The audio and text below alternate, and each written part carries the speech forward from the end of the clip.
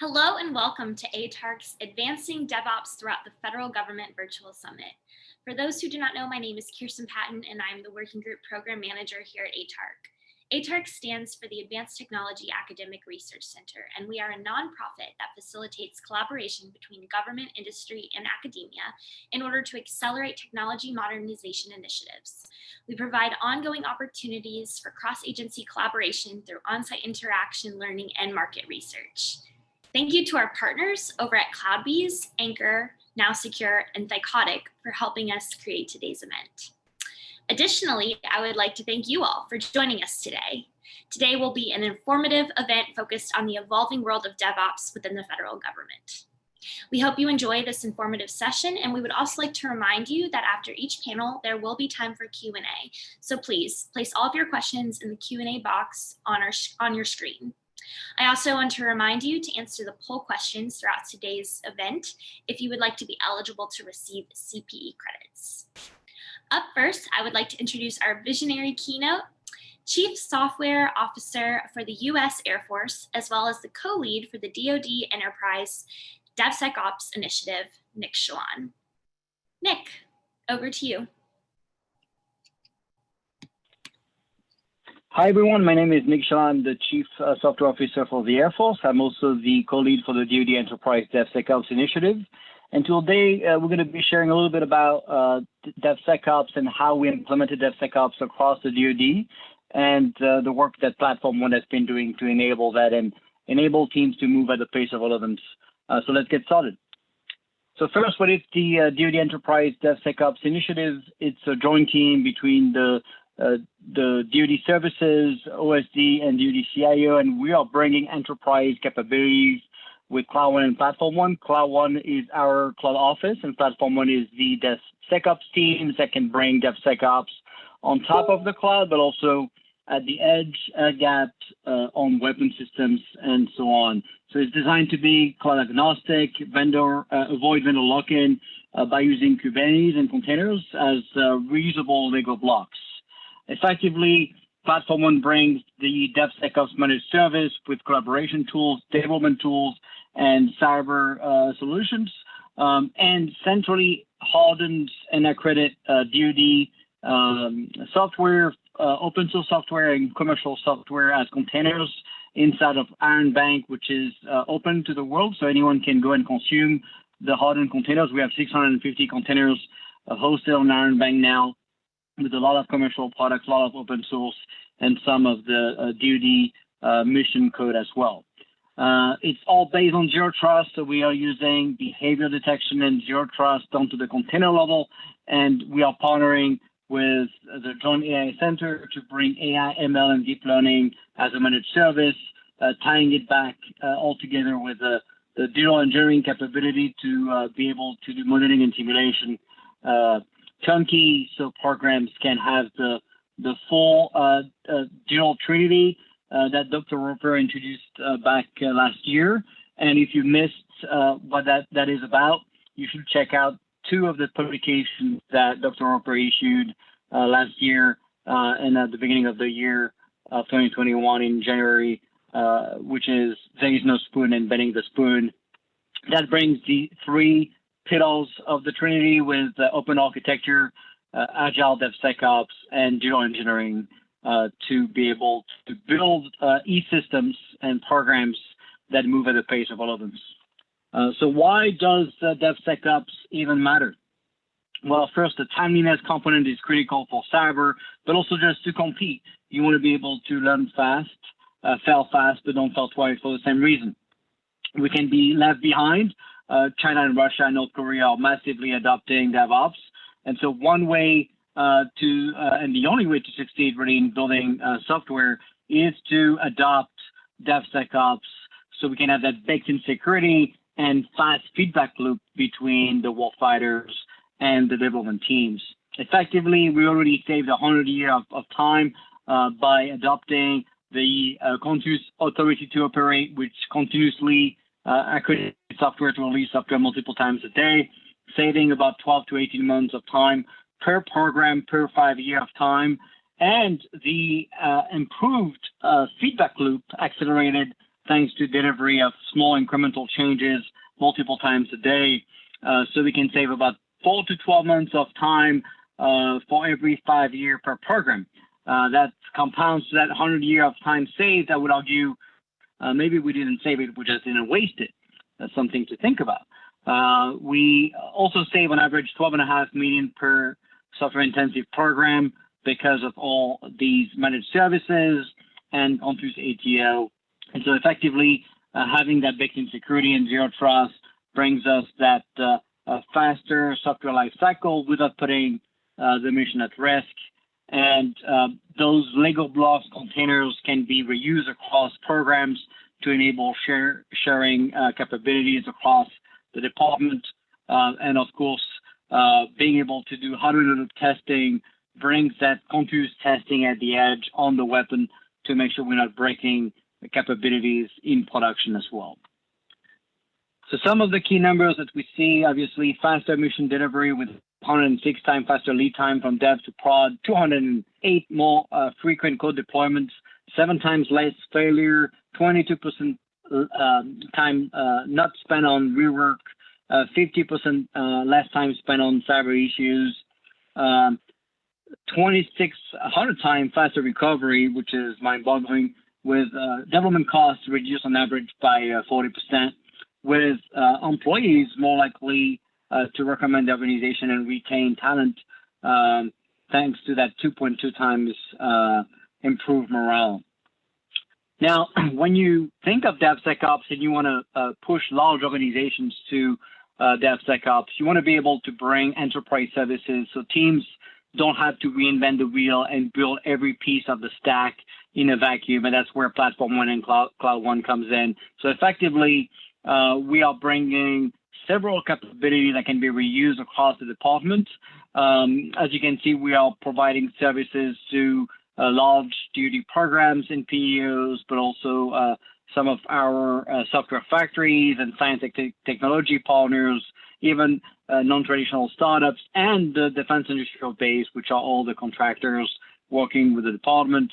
Also partnering with other agencies outside of DoD as well. We have about 12 agencies outside of DoD consuming pieces of Platform One. So when you have a large organization with teams like this all over the United States that are building software capability, you want to be able to piggyback on several enterprise services that will enable that fast delivery of software, particularly when it comes to cybersecurity and some of the foundation of DevSecOps. To do that, we ended up cutting DevSecOps into layers that can be reused and swapped as needed between the infrastructure layer, which could be a cloud, on-premise, air-gapped, a weapon system, embedded system, and you want to be able to have diversity there. But then you want to bring an abstraction layer, so we use Kubernetes as a platform to orchestrate our containers. We bring the DevSecOps pipeline fully containerized using the containers coming from Iron Bank with 650 plus options now, bringing that continuous integration, continuous delivery layer. And then on top of that, we can then put the service mesh, which we use today, that is Istio, to be able to do zero trust enforcement. And then what's left at the application layer effectively is only 10% of the NIST controls left to worry about at the application layer. So development teams can focus on building mission software and not have to rebuild all the foundation to cybersecurity, encryption, and authentication, and service discovery, and all the different pieces that are needed to build modern software using microservices and containers. We also can see on the left side here the continuous monitoring stack that brings the sidecar container stack that continuously assess and detects behavior drift and enforces zero trust across the stack. So when you have these this kind of complexity with a DevSecOps pipeline stack here as an example, again, we have 600 plus containers, so that's just a tiny subset of one example of a stack. You still have dozens of tools and dozens of environments to worry about between test, dev, test staging, and prod across multiple classification levels. If you are not using containers, effectively you have to manually update these virtual machines, and you get behind, you have drift between classification levels, between environments, and that's a non-starter in DevSecOps. So we are pushing Kubernetes and containers to automate the orchestration of the stack, have a push button deployment using infrastructure as code, configuration as code, and GitOps, so we can effectively instantiate the stack anywhere on demand with a push button deployment. If you're an organization trying to move to DevSecOps, you want to bring some of these enterprise services, and we started with the very basic ones. The first one was Repo One, which is our centralized source code repo, where we have all the automation to instantiate Kubernetes, and we support 6 different Kubernetes distributions, be able to harden and centrally assess containers, have all the Terraform scripts to be able to automate the instantiation of Platform One and all the container source code, which then go into Iron Bank and Registry One, which is the Harbor container registry that we use at Platform One to be able to consume these containers. So Iron Bank has all the artifacts and findings of each container and the bit of material, something that was just, again, updated as part of the new president executive order signed this week, where people have to provide that software bit of material that we provide within Iron Bank already day one. Now, we also wanted to bring 2 main services that are pay-per-use with Party Bus and Big Bang. The Party Bus is a multi-tenant environment, kind of our PaaS, that's hosted by Platform One and provided at different classification levels, more opinionated. We pick different products and capabilities. We support 16 programming languages, 23 databases, and people can build their software on that enclave. That's the shared environment for ABMS and JET2 as well. And then you have Big Bang. Big Bang is the ability to deploy Big Bang Platform One anywhere. Effectively, it's the ability to take Platform One and instantiate it on any environment, whether it's air-gapped at the edge on a weapon system. We just demonstrated we could put Big Bang on the U2 jet in 12 days and then fly the jet, receive over-the-air updates as containers, and be able to have AI/ML containers be able to manage sensors on the jet to help the pilot make better decisions. So again, this is all powered by the power of Big Bang to have that DevSecOps platform, which is not just a development enclave, it's a production enclave with zero trust and behavior detection and all the cyber capability that we want to have. Continuous learning is foundational to DevSecOps and to enable teams to not become stale. And you need to invest in people. And we partner with the Linux Foundation, the CNCF, the Cloud Native Computing Foundation, and O'Reilly the books to be able to bring unbiased content with a cloud sandbox that can be used to be able to not learn in a vacuum by doing. And so we have the training content, and then we created workshops between the 1-day introduction to DevSecOps to the 3-day workshop with hands-on coding and user-centered design to the 11-day Big Bang workshop to be able to know how to take Big Bang and deploy it inside of your enclaves, whether it's for a company, organization, or another federal agency or DoD program as well, all the way to 2 months onboarding where we embed people from Platform One into a large program, and we help them build their minimal viable product and deploy to production within 2 months. So we have a lot of information, and we have open source and released a lot of the architecture documents and a lot of the vision that we have for DevSecOps in the department. If you want to check it out and you want to take some time to go and watch some of the videos we have released, between training videos, between some of the Zero Trust videos, some guidance on how to take care of your cyber findings inside of your commercial products, how to get your containers accredited and authorized in DoD inside of Iron Bank with the DoD-wide reciprocity all the way to SAP classification levels. We are really trying to help small organizations and large organizations get to move and adopt DevSecOps. So if you want to check it out, go on the software.af.mail website. Under the SOP documents, you're going to find a lot of publications. We just released the DoD Enterprise DevSecOps Reference Design version 2 that has a lot of great information about DevSecOps. But we also have a lot of detailed architecture documents on the cloud native access point, which is our zero trust implementation to move the cloud access point from on-premise bottleneck to elastic on the cloud, while also bringing zero trust baked in day one. So check that out if you want to learn more about Platform One. Go on the Platform One p1.ds.mail website. Repo One, our source code repo. You can get to see all of the source code of Platform One, Big Bang, and so on. And then if you want to join some of our events, we do Ask Me Anything events every month. So check out when the next one is going to be on the software.af.mail website. Join us, come ask questions, come share your story. And then if you have any questions, never hesitate to reach out to us at af.cso@us.af.mail. Again, this is Nick Shalom, the Chief Software Officer for the Air Force. Thanks for your time. Wow, Nick, that was awesome. Thank you so much for sharing that with us. Up next, we are going to hear from our first emerging technology talk of the day. For this tech talk, we will hear from Anders Wahlgren. Anders is the VP of Technology Strategy over at CloudBees. Anders, over to you. Thank you. Let me share my screen here so we can see my slides. So today I'm going to talk about audit-ready pipelines and really about the interaction between audit and security, and some of the things that we can do if we look at audit and security from an end-to-end perspective in terms of orchestration and security.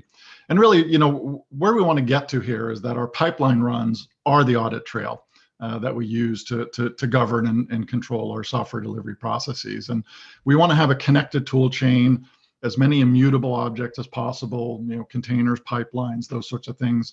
We want to fully automate our approvals as much as possible.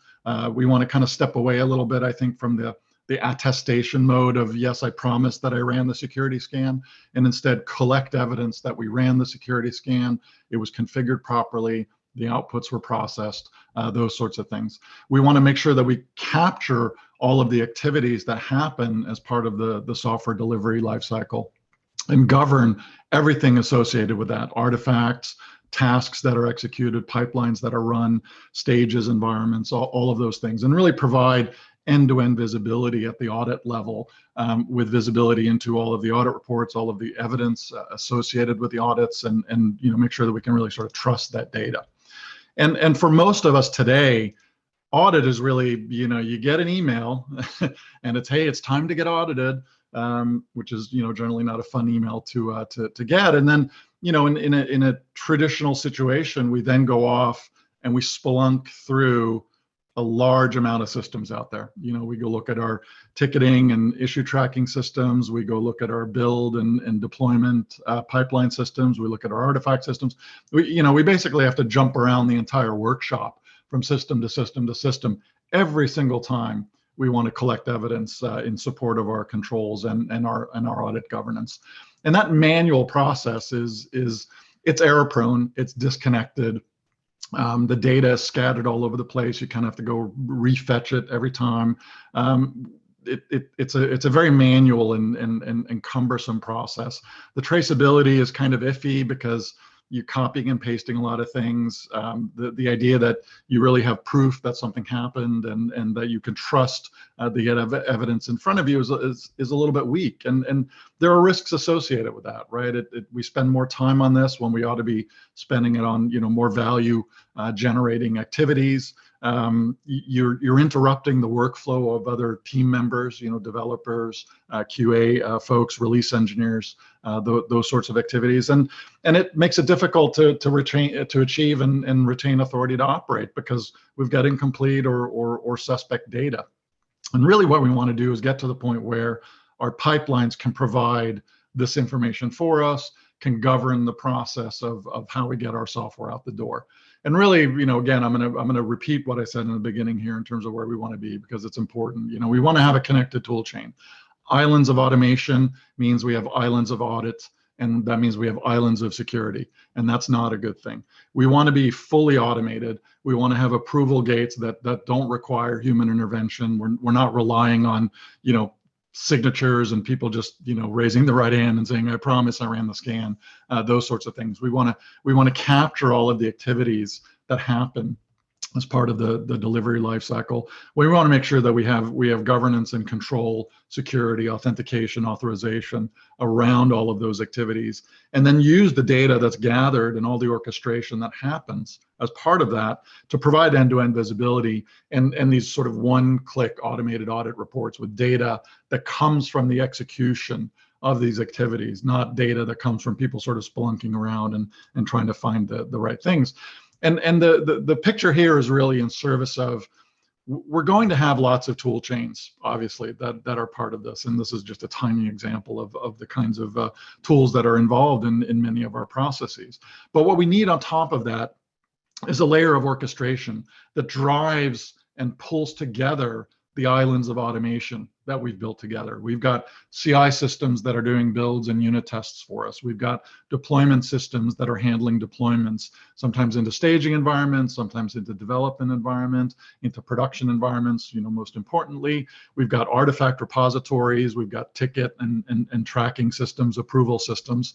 And really what we want is we want a layer of orchestration that coordinates all of those activities, gathers the evidence as we go along, so that at the end, we don't have this extra stage, this extra set of work that we have to do to go off and find all of these things after the fact and go spelunking through log files and spelunking through all these various systems, but that we've gathered all of that information and put it into one place, so that all of our DevOps processes, our DevSecOps processes, our continuous integration, continuous testing, continuous validation, continuous delivery processes they throw off a lot of metadata. They throw off a lot of data and links and evidence that we can use to prove that we did what we documented we would do. And that works and does the right thing. And just some examples of the kinds of things you can see when you start doing these things is we can collect all the evidence that we need as we go along. So you can pull out the issue tracking reports for issues that are involved in a particular release or a particular push into an environment.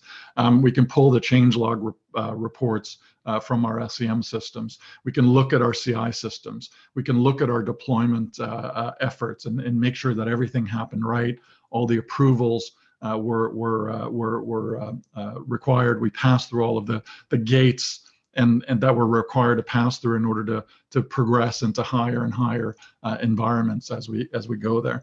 We can collect all of the approvals involved in this. Who approved what, when, where, how, what was the evidence associated with those approvals? So not just a, hey, I know we've run the code scan kind of an approval, but oh, and by the way, here's a link to the approval or to the code scan that we ran, for example, a link to the configuration that was used in running that code scan, a link to the results, evidence that we processed those results and scanned, the results for goodness, for badness. And there wasn't just sort of a checkbox that, oh yeah, we ran the scan, but it was a tree falling in the woods and nobody was there to witness it. We didn't look at the output. We didn't realize that there are vulnerabilities. You obviously have to pay attention to those things.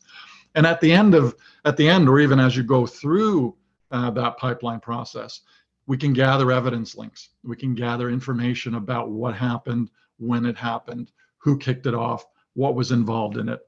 So that at the end, again, you don't have this process of, okay, now we go off for several hours, days, or weeks and have to collect all this information, which, oh, by the way, might disappear in the meantime, right? So we're collecting the evidence in situ as things are happening, and then at the end, it's all there available for you to inspect. And that evidence can also be used. That those links, that metadata, can also be used to make automated decisions, to go through approval gates, to look at code coverage analysis and verify that it's above mandated thresholds, to look at security scans and make sure there are no Sev 1 or Sev 2 or higher than a certain threshold. types of vulnerabilities that we need to address. So there's a lot of automation that can be done in this, which helps with, obviously, with efficiency, with cycle times, but also avoids mistakes and really gets to the point where we take humans out of the loop for the things that machines are quite capable of doing, and where there is no issue doing those sorts of things. And if you've ever done value stream mapping exercises and you look at the time that's kind of spent on task versus the idle time in between, we all know that it's when we have manual steps in our processes, that's where all the time goes. That's where all the mistakes are made. That's where things fall through the cracks. And so the more that we can tighten up and automate the transitions between our systems, the transitions into and out of our various stages and environments, and do the automated process controls, governance controls there, the more reliable our processes are, the cleaner and tighter our evidence is in terms of that we followed our controls, and we have the evidence to back up that we did that. It also allows us, as we're doing this kind of meta orchestration across of all the islands of automation, it also allows us to collect deep analytics in terms of where are we spending our time? As I said, in that sort of, the value stream mapping exercises are kind of an after the fact thing, right? We go through and we discover where all the work happens, who's involved, how it works, and those sorts of things. But when you start to run end-to-end orchestration across all of your various tool chains, you get the real data. You get the real information about where you're spending your time, what's happening, where are the delays, what were the delays due to? Are these manual steps where we're sitting around waiting while somebody's out sick, or somebody's on PTO, somebody's on a different higher priority task? There's nobody to back them up.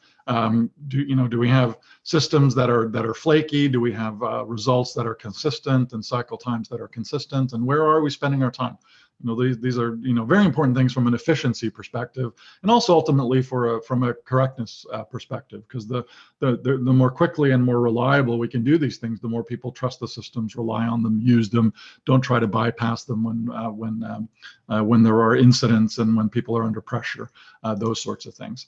And so going forward, it's really in my mind, and this is a phrase I've used a lot over the years, is automation is auditing. If you boil down the audit and governance process into its very simplest essence, it's really two things. It's obviously, and the devil's in the details as always, but it really boils down to two things. You want to document what you do, and then you want to prove that you did what you documented you were going to do, right? That's the sort of the two biggest legs of that stool. And an automation is documentation of how you do things, right?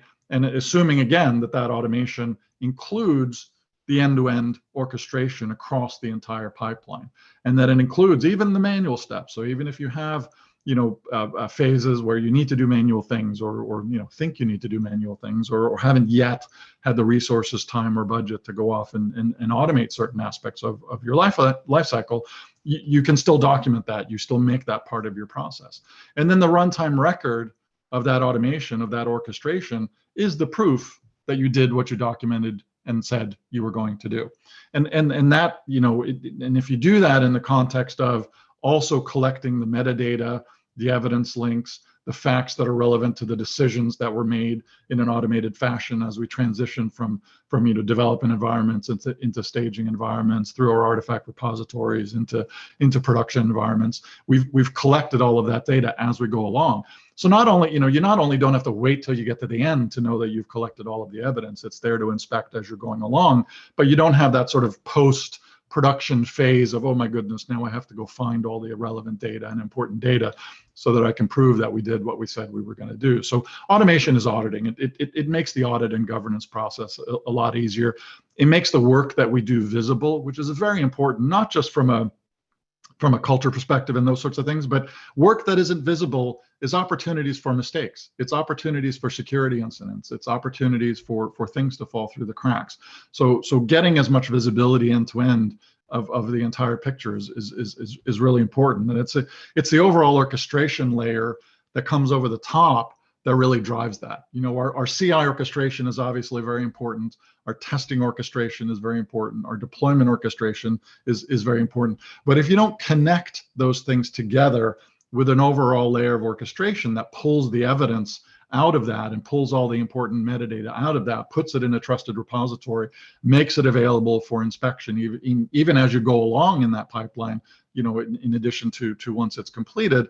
You don't have trust and faith in that data, and you don't know whether we made a mistake when we gathered it, and those sorts of things. And then that puts gives you a centralized mechanism where you kind of have one-click audits that puts that at your fingertips anytime you need it. And that's a very powerful situation to be in, where you don't have to go hunt and peck for that sort of information.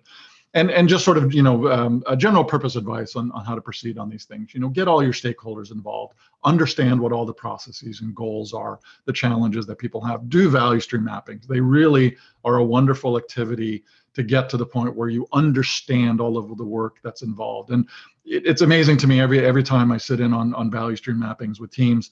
It's amazing how many times you have those sort of aha moments where somebody all of a sudden understands and empathizes with the work that somebody else has to do that they didn't understand before, and are then able to give feedback and give insight into how to make those processes better.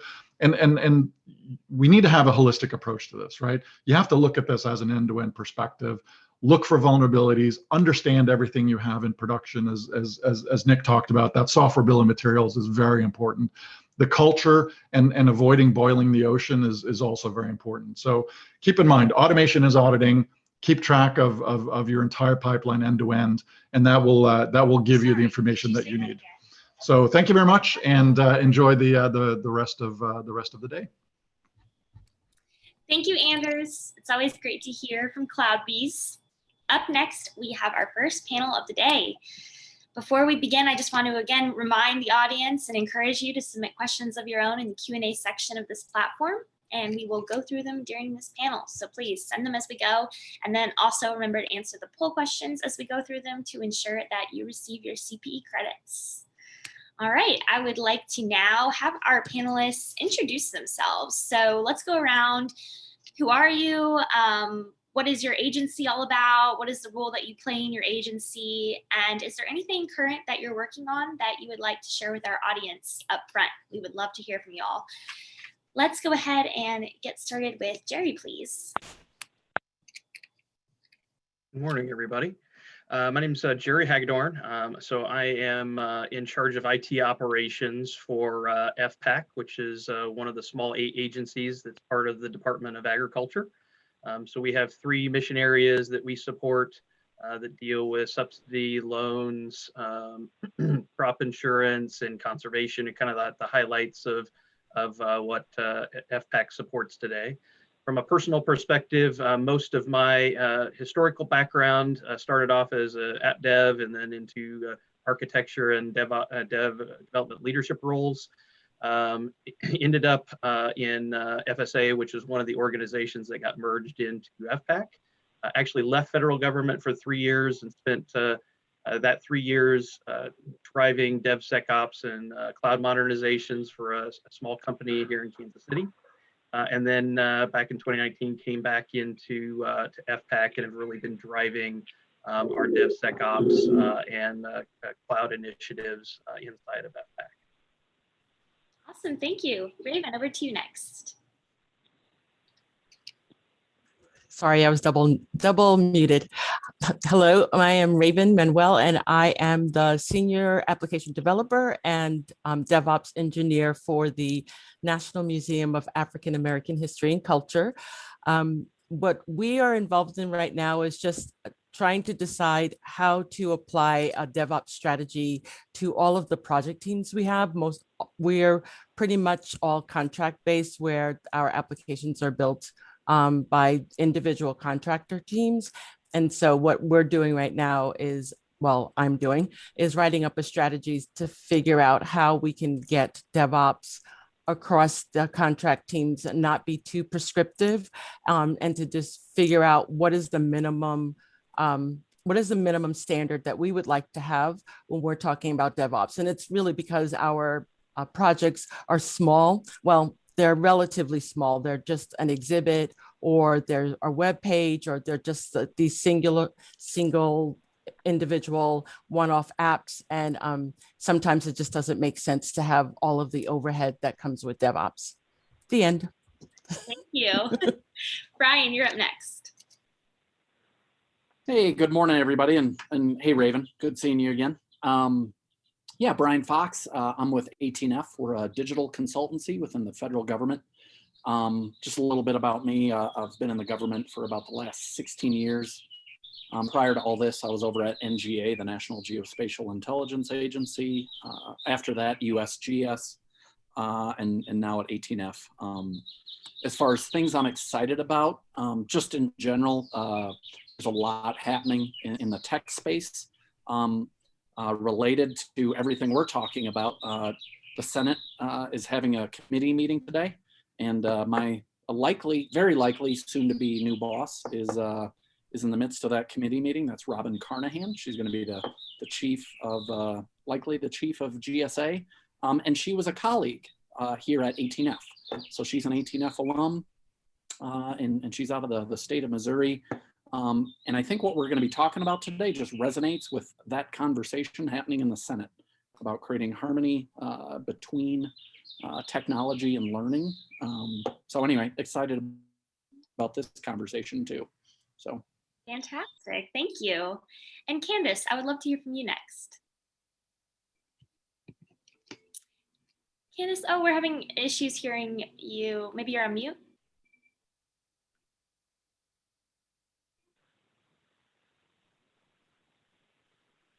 We'll go. That should have did it. Can you hear me now? Yes, I can hear you. Okay. All right. So yeah, Candace Deloge. I work at NSW Naval Surface Warfare Center in Dahlgren Division. I am the SST, essentially the software SSTM. So SSTM is Senior Scientific Technical Manager, but official title is Warfare Systems Software S&T and Development. And so essentially my responsibility is software for not just Naval Surface Warfare Center, but also responsible for software in terms of the Navy, right? So how do we, what are our best practice and approach in terms of software development, execution, DevSecOps, metrics, policy across the Navy. So those are that's essentially my responsibility. Prior to that, I mean, I've been at NSWC for almost 18 years now and held multiple roles as chief software architect of in terms of department, led multiple software teams within industry through my government role, and then led dev teams within the government as well. So again, heavy focus is all about ensuring that we are engaged in modern software execution development processes and looking at the gaps that we see within the Navy and how do we go about resolving those. Fantastic, super exciting stuff. And Dan, love to hear from you. Hi all, thank you so much for joining today. I'm really, really honored to be here. My name is Daniel Nurmi. I'm the CTO and co-founder of a company called Anchor. We're based in California. We're about 4 or 5 years old at this point. And essentially what we do at Anchor is we have been helping organizations, both in the public and private sector, who are moving towards more modern security and compliance enforcement directly into their DevOps tool chain. So as these organizations are moving towards, moving from a more traditional way of software development with some manual steps, bringing in automation, really starting to bring developers, operations teams, and security teams together through tooling and processes. We build at Anchor technology and services to help organizations achieve those goals. More specifically, we actually build open source and products that teams use to integrate directly into their DevOps tool chains to do these policy-based security and compliance checks that I think we'll be talking about throughout the day. I think over the past year, there have been some interesting trends. Some of them have been moving, evolving from what was happening before, but in the 2020, as we all know, a lot of the industry has been disrupted in certain ways. And one of the kind of interesting things that happened in the security and compliance space is, I think, associated with the fact that a lot of orgs have taken the opportunity to really embrace the move to more remote management, more automated systems, not having to go to data centers, starting to actually do these transformations to DevSecOps. And that brings with it a lot of new security and compliance challenges. And so there's been more of an increased focus on adding security and compliance in all aspects of software delivery.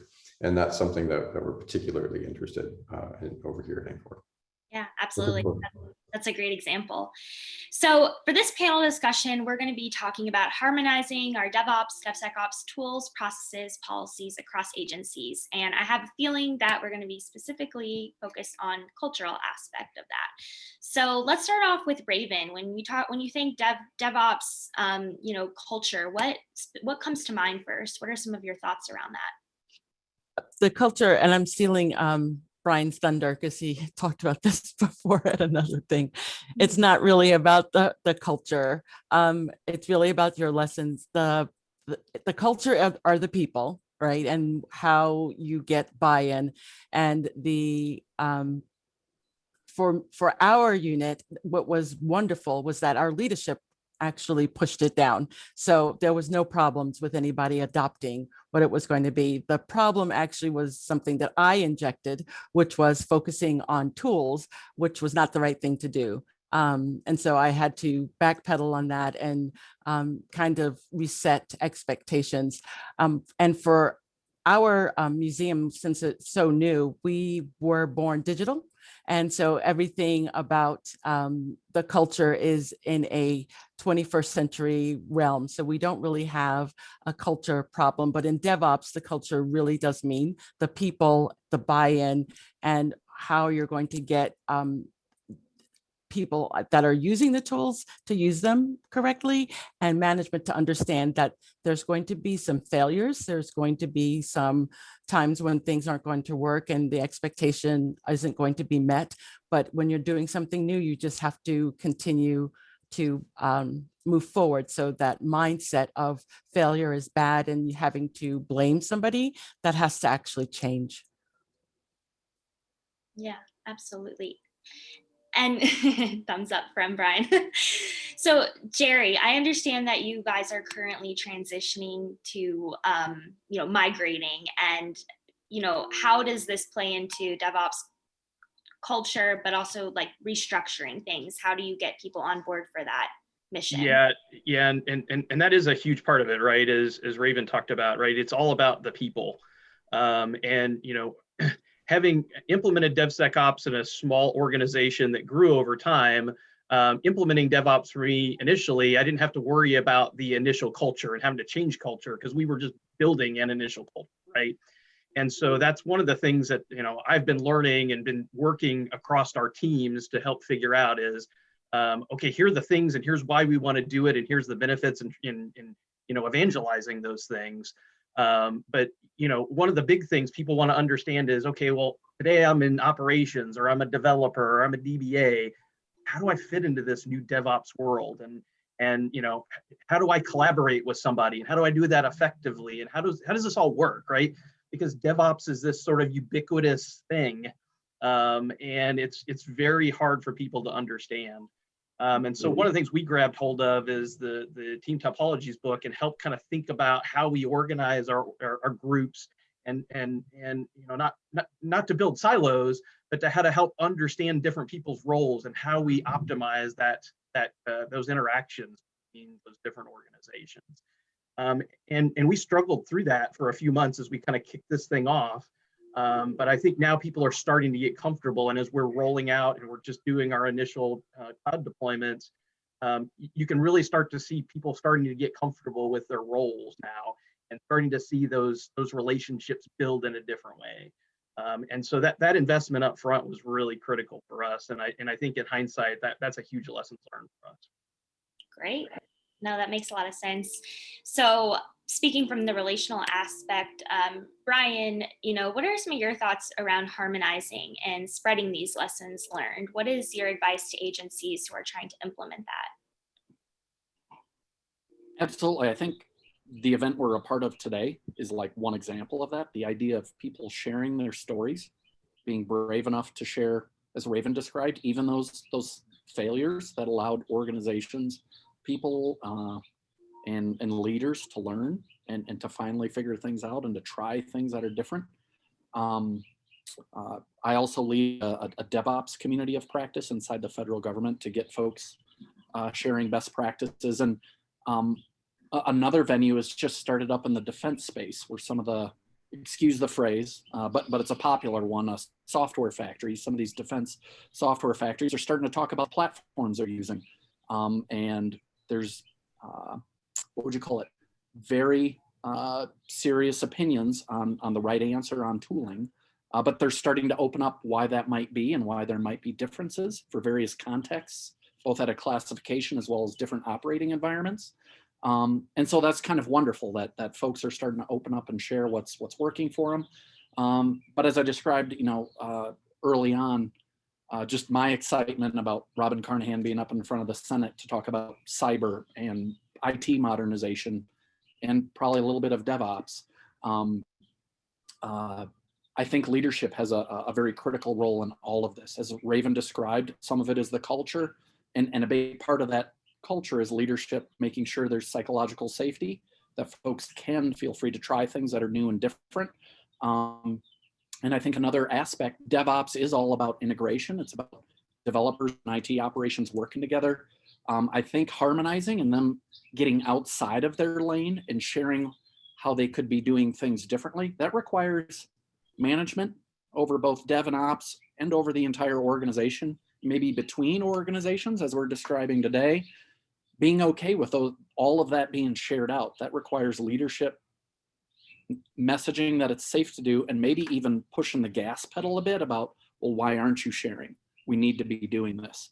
And so I think some of it is the culture. I think some of it is the leadership, looking for those synergies. But then it's also platforms for having those conversations like what we're doing here today. So thank you. Awesome.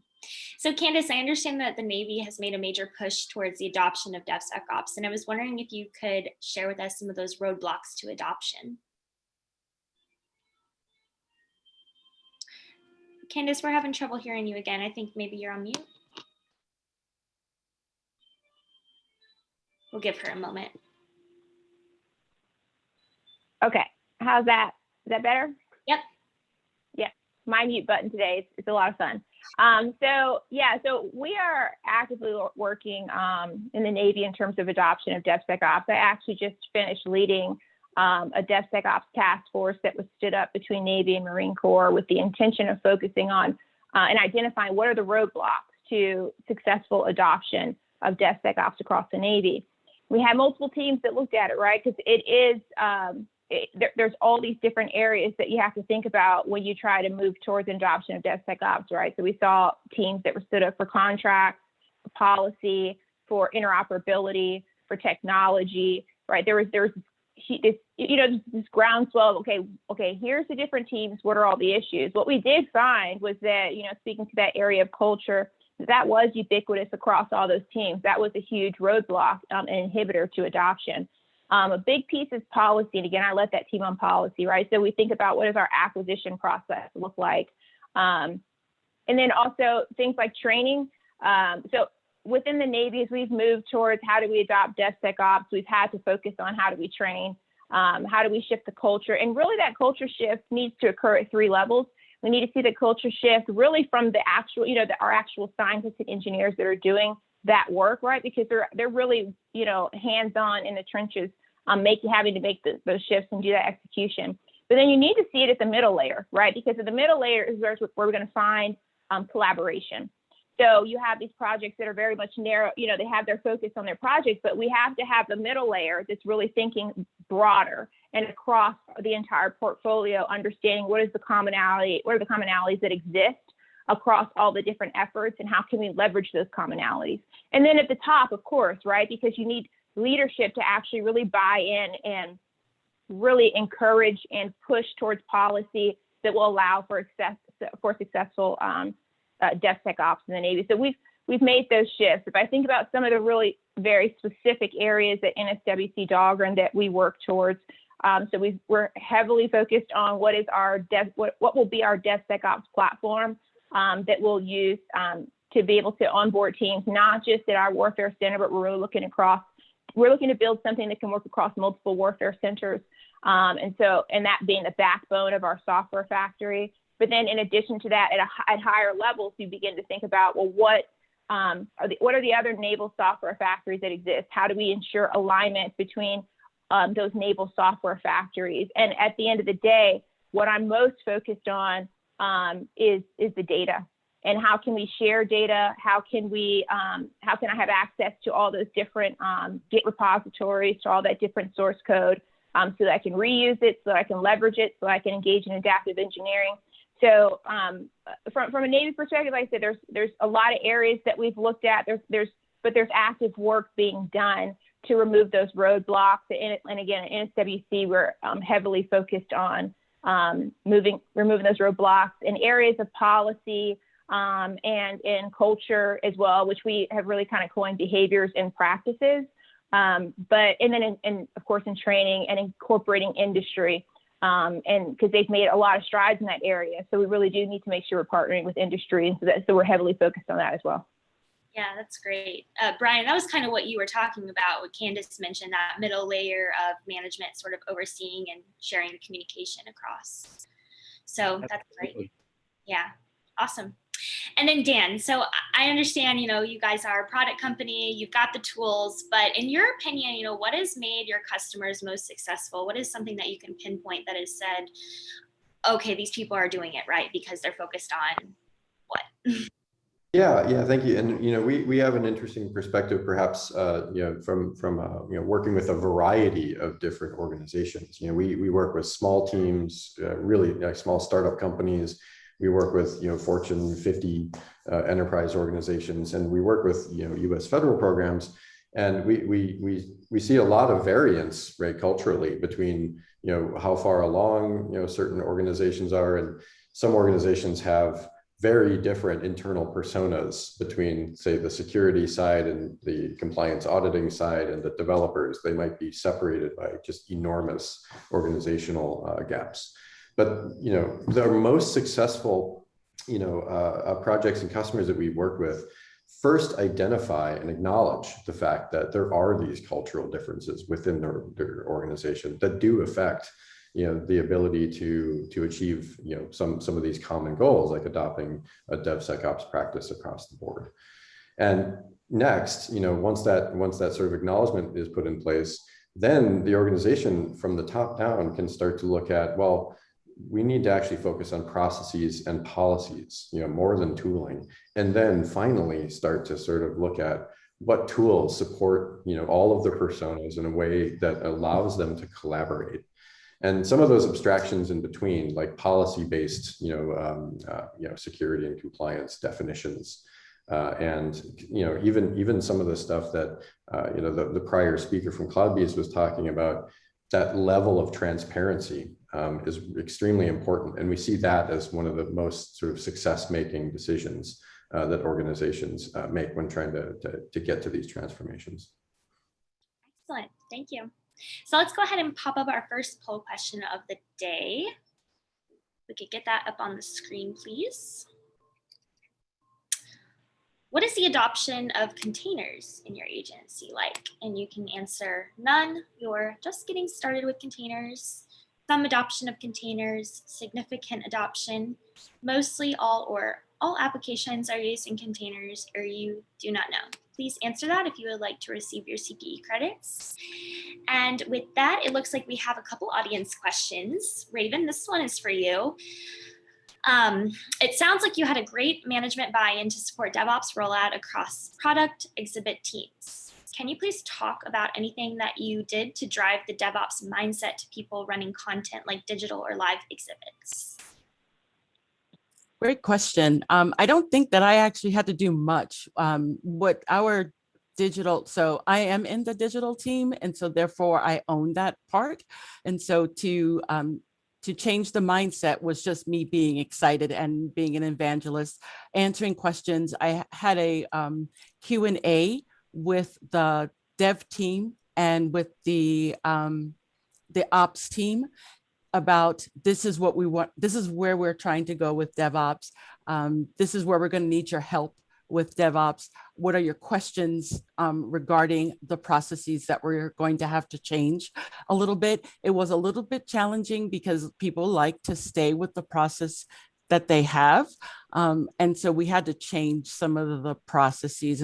And just explaining why that had to change and what gains we were going to get with the change, and then actually having to show it, because just telling people anything, that's not going to work. You have to actually prove it. And so by using the process with my own projects, as I also developed the interactives that are in the museum that you touch. So when I implement it with my own projects and said, see, this is how it's going to be able to scale. It's going to be able to scale to some bigger projects, and we're going to get really great gains out of what we're trying to get going. So that actually changed anybody who was a little bit afraid of like maybe losing control of their project, or their maybe they were like responsible for something that we didn't need to do anymore. It kind of maybe quelled a little bit like that.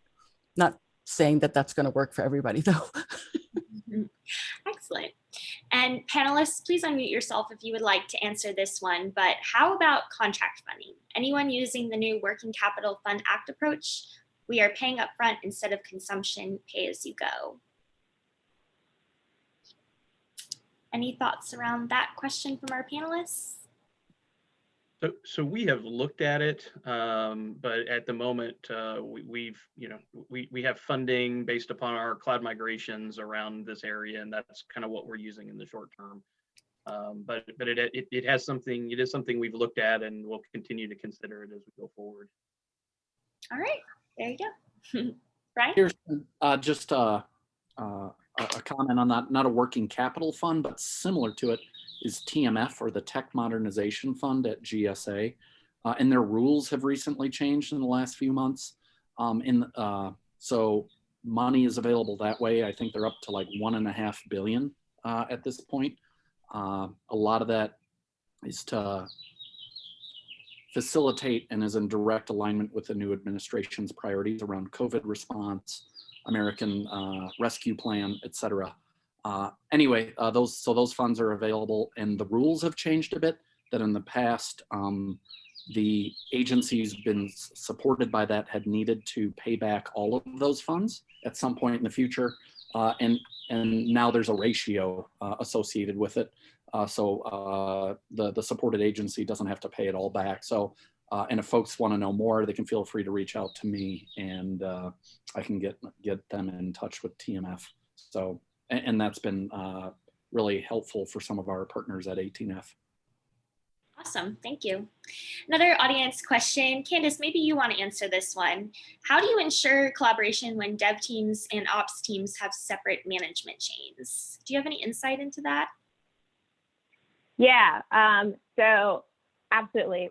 It's critical, even with separate management chains, that we all understand that it has to be less about the org structure. And I'll say I'm a huge proponent of not focusing on the org structure, right? So it has to be more about what is the product that we're trying to deliver, who are all contributors to that product backlog and execution of that product backlog. And so once we keep our focus on the product and, what are the things that the product owner is after, what are the things that the Scrum Master is facilitating on a daily basis, then we're able to move away from focusing on that org structure. And so I recently started NSWCDD's first Software Core Council, and bringing in people across the base to really weigh in. It's essentially a microcosm of performers that focus on all the things tied to software execution, right? So again, policy, metrics, data governance, software factory, DevSecOps, cloud migration, all those things, right? But one of the pieces I'll say in there is I don't want to hear or talk about your org code, right? Because a lot of people get bogged down by that. They think, well, this is the org code I belong to. This is the structure that I belong to. And as such, I have a certain level of, voice that really should be tied to that org code. And when you do that, you miss the point that we're focused on the mission and that we're focused on getting that product out the door. And so that is a culture shift, right, in a lot of different areas, because at least within NSWC and across the Navy as well, you'll see a lot of line managers, right, and then you'll see the technical leads. And so sometimes you can see issues where those they kind of miss each other. And so that's been a culture shift that we've had to focus on in terms of, hey, it's not about what that line management piece is. It's more about the mission and the product. And I'm seeing success. I'm seeing early success in that adoption and in that approach. So in those cases where we see, projects hit roadblocks as it relates to line management, the focus always has to come back to, but what's the mission? Because if the mission is the focus and delivering the highest quality product to the fleet is the focus, and speed to fleet, right, in a timely manner, then we no longer then begin to focus on, I belong to this org that focuses on dev and this org that focuses on ops. So begin to see really the right type of collision between dev and ops. Great. Thank you so much. Can I add to that, Kirsten? Absolutely.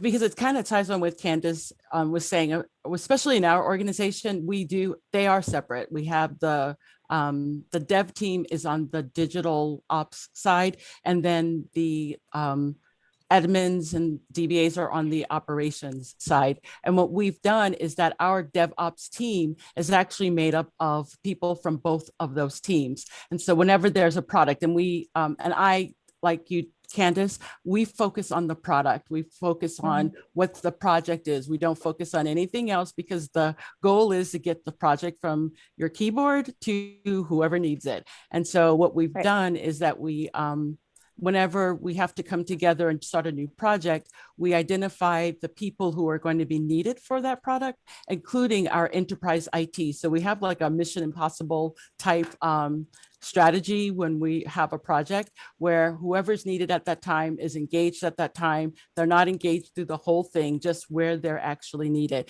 And by having this matrix of people, then we don't have people feeling like they're in a silo and they can't input, or that their feedback for this isn't relevant, or whatever other crazy things they're thinking. So that's how we get around it. Thanks, Candace. That was a really great answer.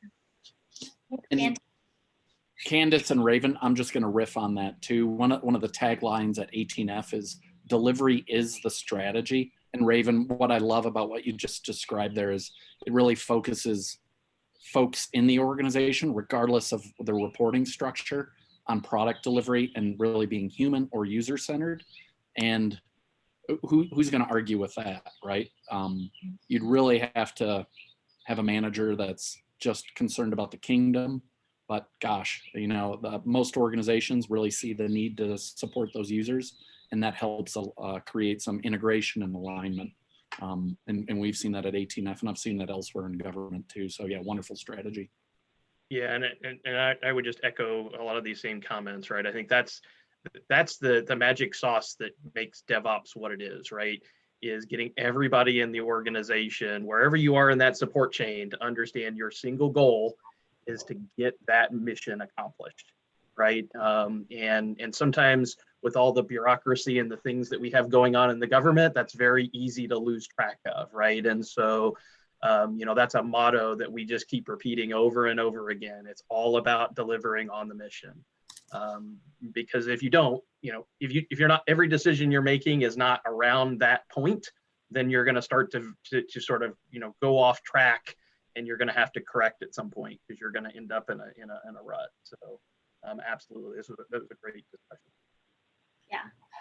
I'd actually just, maybe one additional thing. There's, some interesting industry practices that we're starting to see come out of, reports about how industry organizations are in some sense trying to tackle some of these issues, like things like, defining a security champion within every single development group. Taking operations notions and, like I think Brian was saying, the notion of DevOps, bringing some of these role responsibilities across the different organizations. And that's another thing that I think can really help, is to actually share some of the responsibilities of roles rather than DevSecOps, right? There's, some of these things have little Venn diagram overlaps, and people are starting to share responsibilities. That's another interesting trend we're seeing as well. So let's go ahead and pop up our second poll question and have our panelists and audience answer. Where in the developments do you include automated security scans for containers? And your options include sourcing of containers, CI/CD, container registry, staging Kubernetes, production Kubernetes, or you are not sure. So go ahead and please take a moment to answer that. And then let's do another round of panelist questions. And audience members, please send them in if you have anything specific you want asked. But Raven, in our prep call, you talked a little bit about strategy for looking at DevOps from a procedural perspective. And I believe there was something specific that you implemented. Do you want to expand upon that a bit? Sure. So are you I'm thinking that you're talking about when we collaborate, how I collaborate with other organizations.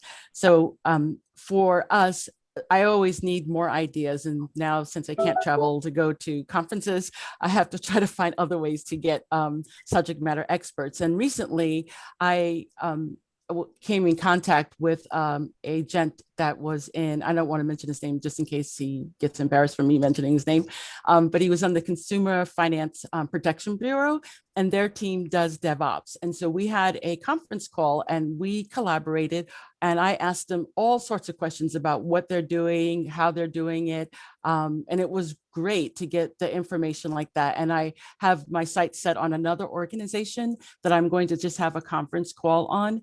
And what we'll do is that I'm going to, again, I'm still working on the strategy. When I get to a particular section of the strategy, I'm actually going to send it to them, have them review it, and give me input on what it is that I'm missing. And we do that internally as well. Like I collaborate with our internal teams and OCIO. I collaborate with them because I don't know all the answers, and I don't want to learn every tool. And so I need their inputs. And being on a panel like this is also great, like to be able to hear how other people are doing it. I'm just like all about just make me lazy, tell me what to do, and I'll write it in there. And if it sounds good, then we're going to try it. And if it doesn't work, then oh well.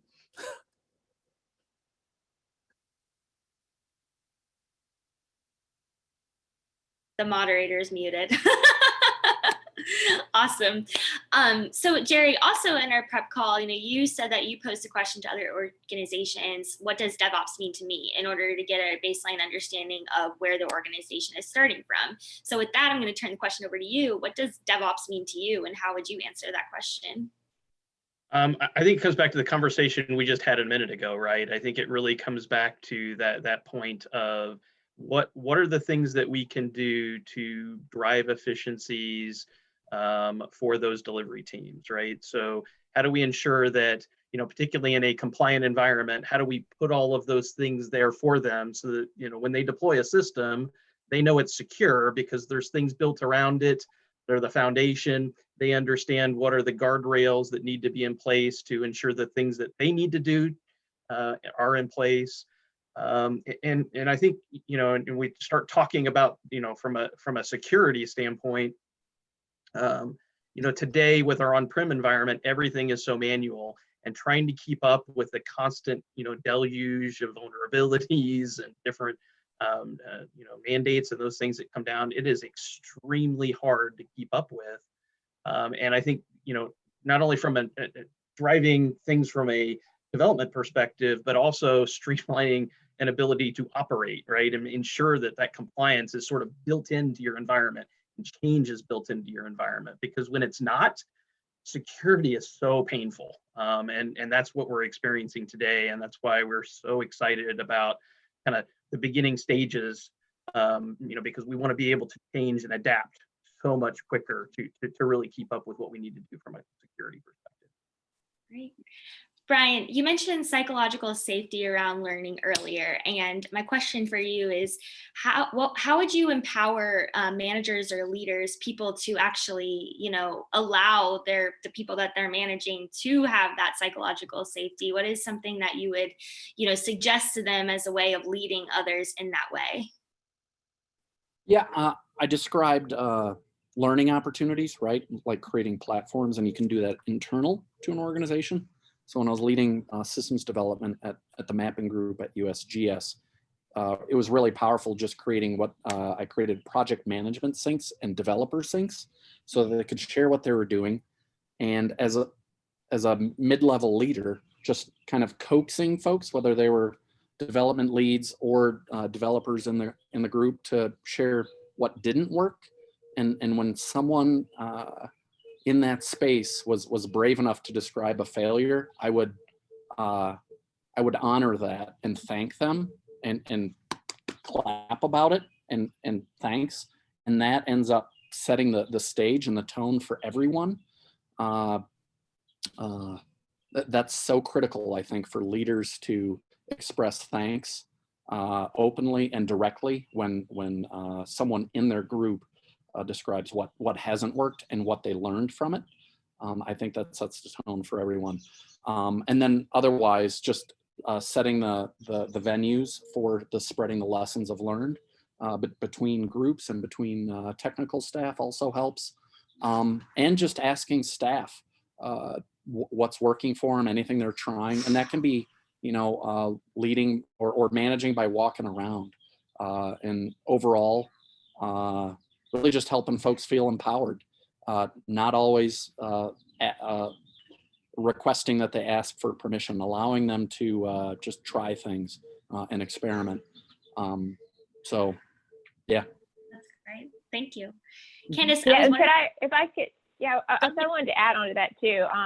Something that we have some of our senior leaders doing at NSWC Dahlgren, one particular person has decided to start anyone who takes on an effort and fails, he's walking around and saying, and here's your bonus, right? So giving on the spot bonuses, because what he's trying to do is instill an environment that we should be taking risks and it's okay to fail, right? So anytime you've taken a risk and you failed, giving a bonus, right? Because the idea is that we cannot be so risk adverse that we don't take new ground. And so I love that approach that we're seeing at NSWC Dahlgren, right? This idea of rewarding failure, because at least these people are willing to take those risks. And so to what he was just describing earlier, that same type of approach, right? How do we begin to reward the behaviors that we want? Because 9 times out of 10, those early risks, the continual effort, you're going to see some success there, but you've got to be willing to take those risks up front. Great. And Candace, I was wondering too, could you please explain the 80%, so understanding the 80% solution and how you guys are making shifts towards that?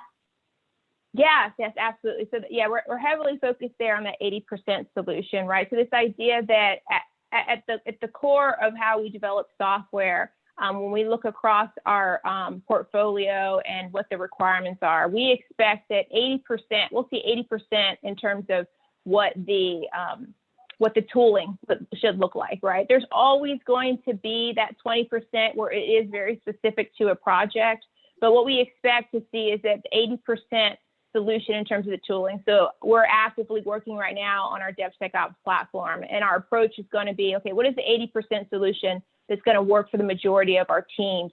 And then how can we enable that additional 20%, in terms of availability? And that ties to the cost structure, right? That tiered approach. We have to make sure you're really spot on and sound there. Otherwise, you're going to see some issues with scalability as you stand up your DevSecOps platform, but then also as you try to pursue that 80-20% when it comes to tooling. But I also say I like to really also apply that in other areas too. So when I think about, I just released software quality metrics expectations across the base, right?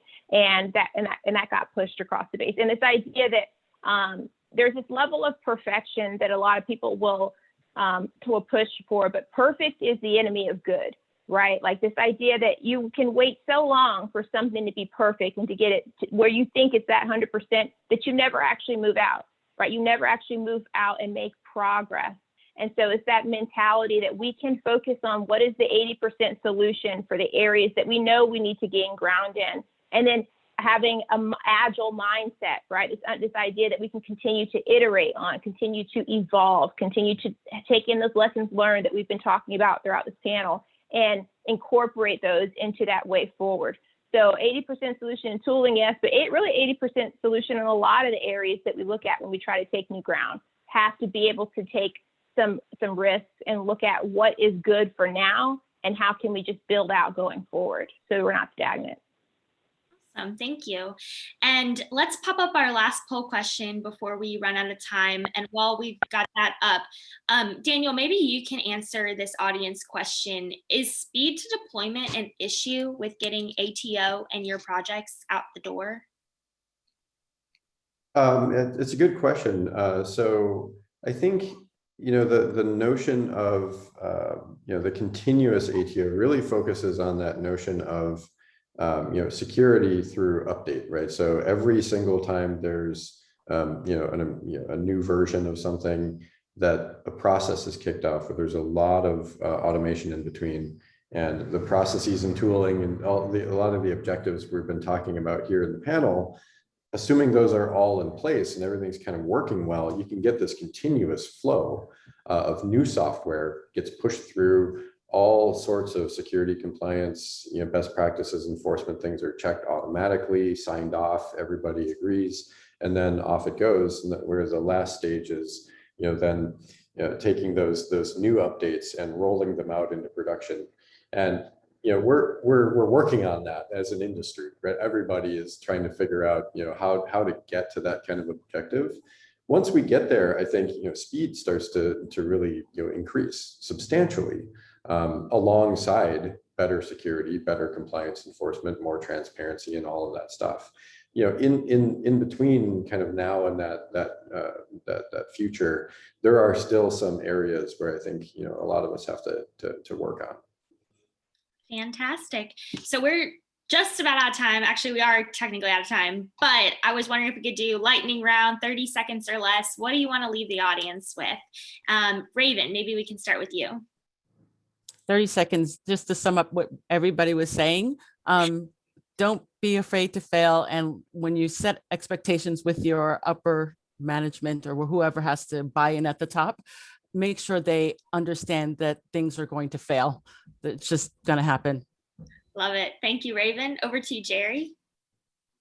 Again, the culture of focusing in on making sure that everything we're doing is about focusing on the mission. Thank you, Jerry. Over to you, Brian. Yeah, I'm just excited about the kind of the near-term future here. I think there's some very senior leadership that's coming in.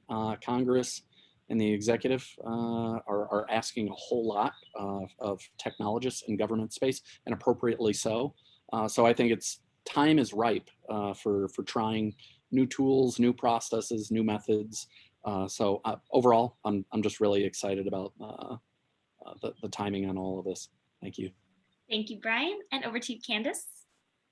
Yeah, no, thank you. So, I mean, first of all, I really appreciate and enjoy being on this panel. But I'll say we are definitely making strides. I love the levels of collaboration that we're seeing across, not just within Department of Navy, but across DoD and even with industry and in panels like this. So I am very hopeful and excited about what the future holds as we continue to push towards, making these necessary advancements in support of the warfighter. Excellent. Thank you, Candace. And Dan, we are about to hear from you for a tech talk, but I would love to hear your final thoughts on this panel. Yeah, I think, the notions of failing fast and, honoring those kind of failures, being courageous about transparency of your processes and data elements, that's both helps with collaboration and is also, in support of some of the leadership requirements that are now coming down from the highest levels. So I agree that it's the right time. Panels like this are a great way to discuss these topics. Awesome. Well, thank you to our panelists. This has been a fantastic discussion. We are now going to transition into our tech talk for the upcoming session. Thank you all again. Up next, we are going, you already know him because he was just on the panel, but Daniel Nurmi, and I'll reiterate your title. You are Chief Technology Officer for Anchor, and Dan will be giving us a tech talk. So Dan, over to you.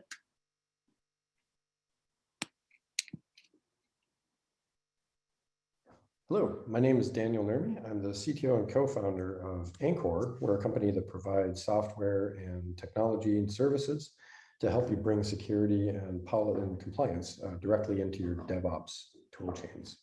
Today, I'm going to be talking to you about enhancing software supply chain security to thwart malicious actors. And this is both about what supply chain security looks like and how we can protect ourselves. I can switch over to our presentation.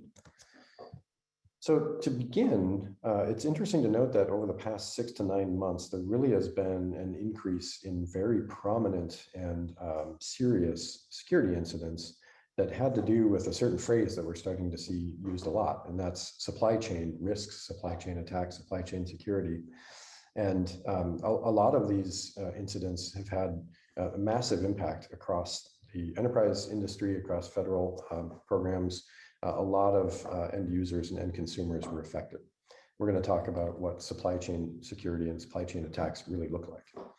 And this all begins with one of these sort of typical views of, say, an iceberg, where we're hearing a lot about a certain aspect of the problem, but really there's an awful lot going on behind the scene if we start to look into how these attacks are formulated, how they work, kind of under the surface. So at the top, what we're hearing a lot about from the press and from a lot of articles is really related to the software consumers. And these are the organizations that are impacted by supply chain attacks, that are, you know, the tens of thousands of users who are affected by some of these most recent attacks. You know, where malicious actors and attackers were able to get in, steal data, infiltrate their infrastructure, do other malicious things. But if we look at how these attacks actually worked, the source of the attack was actually in the software supply chain, and that is the malicious actors actually started their attack by infiltrating a software supplier in a certain way, knowing that that infiltration will lead to an exposure at the consumer side, and that's where the attacks are actually happening. So we're going to look into a couple of perspectives about what a supply chain actually looks like and why a malicious actor might choose this as an attack vector. From a supplier view, this is what a software supply chain starts to look like. So as a software supplier, we know about our consumers, we know about our own suppliers, right? Our software that we're building and providing to a consumer, we know is built from our own code, but it's also built from other suppliers that supply dependencies and libraries and other supporting applications to us. We're almost surely pulling in a lot of open source code. You know, and we know that our open source dependency has other open source dependencies, and on it goes. We can't necessarily see our software consumers' other suppliers, but we know as a software supplier, this is what our supply chain starts to look like. From the software consumer's perspective, they can only really see their own suppliers. But if we look at the global view, this is what the chain starts to look like, and it's definitely more of a graph. And this is even oversimplified, right? For a sufficiently complex modern application, there are far more elements that comprise the entire application that can be, you know, fit onto a single slide. But this is the view that I think it's interesting to look at from the perspective of a malicious actor. When a hacker sees this view, they start to realize very quickly, if my actual target is the software consumer X, then all I need to do as a malicious actor is find one weak point in this chain. And if I'm able to get my malicious code inserted into that element of the chain, then that code is going to flow through the supply chain all the way to the consumer, and I'm going to implement my actual attack there. One of the interesting side effects of this is that oftentimes software suppliers don't even know that they've been infiltrated. It's to the malicious actor's benefit to try to keep that hidden. So if we look at now as a software supplier, what does our process look like for generating software? It looks something like this, where we've got source code on the left-hand side of a process, and on the right-hand side, we've got the code is built, it's ready for publication, ready for the consumer to download and start using. And this is whether it's an entire application or an update to an application. And again, when a malicious actor looks at this, they see there's all these stages inside of a CI/CD process that can be infiltrated. And if I can get any one of these stages, if I can infiltrate these stages, whether it's in the application workload itself or the underlying platform that's generating that workload, then I can get my malicious code inserted.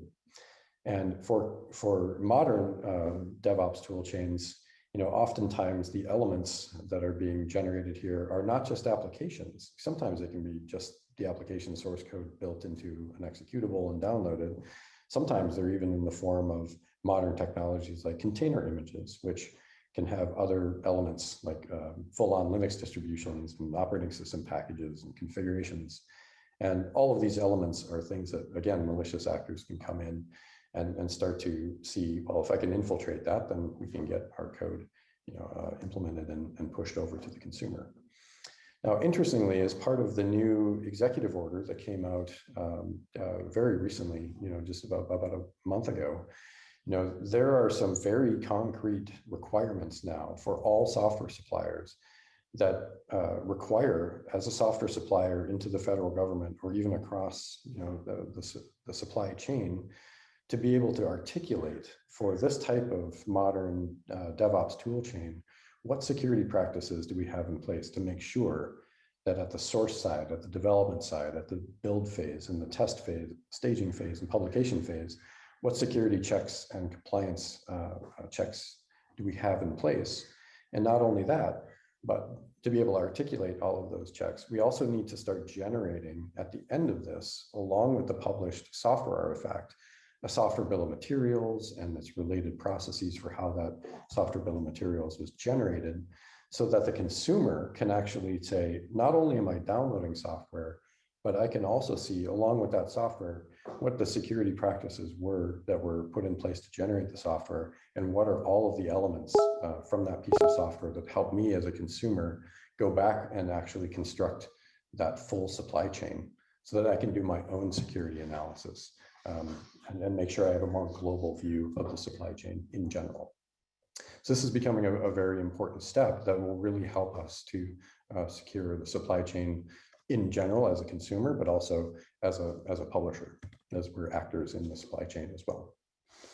Thank you very much. I know this is a brief overview. Hopefully there's some interesting information. We'd love to talk to you further about this from ANCOR. We can help you to either secure your situation as a consumer, or if you're a software supplier, we can help you to start to get ready for some of these executive order requirements.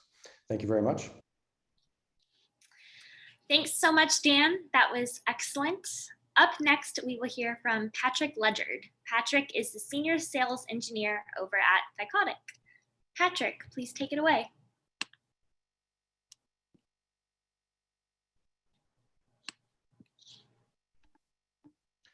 Hello, everyone. Good afternoon. Thank you all for joining. Almost afternoon, at least for me, here on the East Coast. And today we'll be talking about DevOps, particularly in Thycotic's context, a product that we offer called DevOps Secrets Vault. So a little bit about myself, just to kind of get us going, and a little bit about what we're going to talk about today. So I'm a sales engineer here at Thycotic and have been for a little bit over the last half decade. And prior to this, I worked in a couple of different IT roles. And one of the, I would say, most security focused I had was working in OT networks on in network reliability and SCADA industrial controls, mostly in pipelines and gas plants. And in the IT landscape, I've really enjoyed being able to listen to some of the other panelists today, and it's been a lot of great information. I really like the idea of not being afraid to fail, not being afraid to try things, but you need to be able to understand the environment where you're trying things, and you need to be able to have a walled garden for production, but a playpen for those who are going to be testing their mettle a little bit against what are the most modern options for deployment, as well as what are best practices that are continually being built.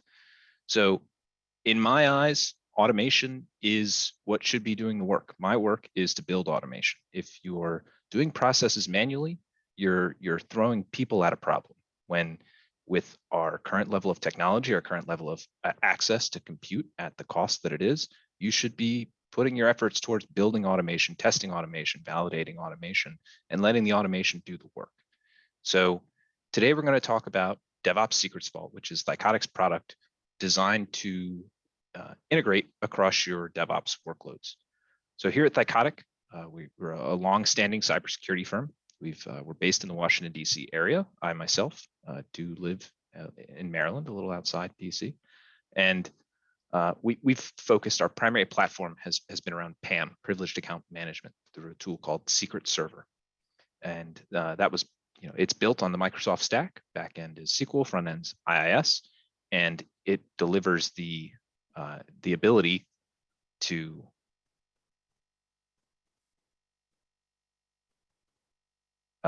store secrets inside of an encrypted repository and have auditable controls over the use of those privileged accounts. Now, accounts exist across the landscape. They're really, in terms of what should be managed in your landscape, every single thing that has password should be managed. And in a perfect world, right, every user should be given access to some type of federated identity that carries across into your other environments. Those environments will have accounts in and of themselves, but for security purposes and other purposes, convenience purposes, those accounts should be only really interacted in an automated fashion. So with some of the products we have here at Thycotic, we have the ability to identify those accounts across your landscape, ensure that they are stored in an encrypted repository, and that the access that is used to utilize those accounts is auditable. And for things like local accounts, database accounts, things that aren't tied back to that central directory, those should ideally be worked into a automation-driven access process.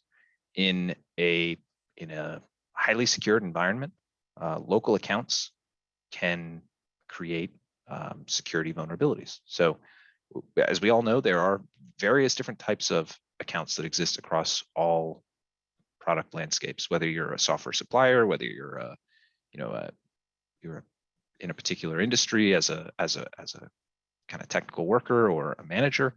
You need to be aware of the different types of potential exposure that exists in your environment, and the exploitation of getting access to those base level secrets can be a challenge. So identifying your different types of accounts that exist, whether they're in your cloud platforms or they're in your on-premise environment, they span the range that you can see in the slide here, across the data, code, cloud, and device layer.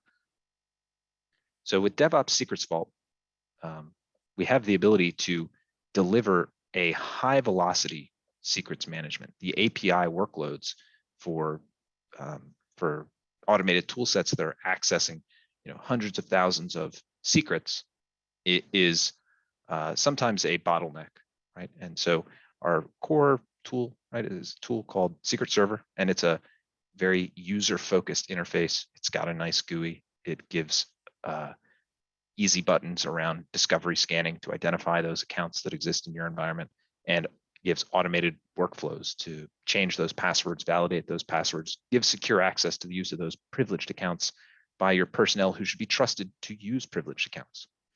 But when it comes into the automation space, right, when you the line between the IT desk and the DevSecOps folks, it's not always a clear line on the org chart or on the communication side. So they have different needs, and so we have different tools, but they are both secrets management platforms, and they both are primarily interacted with through a REST API.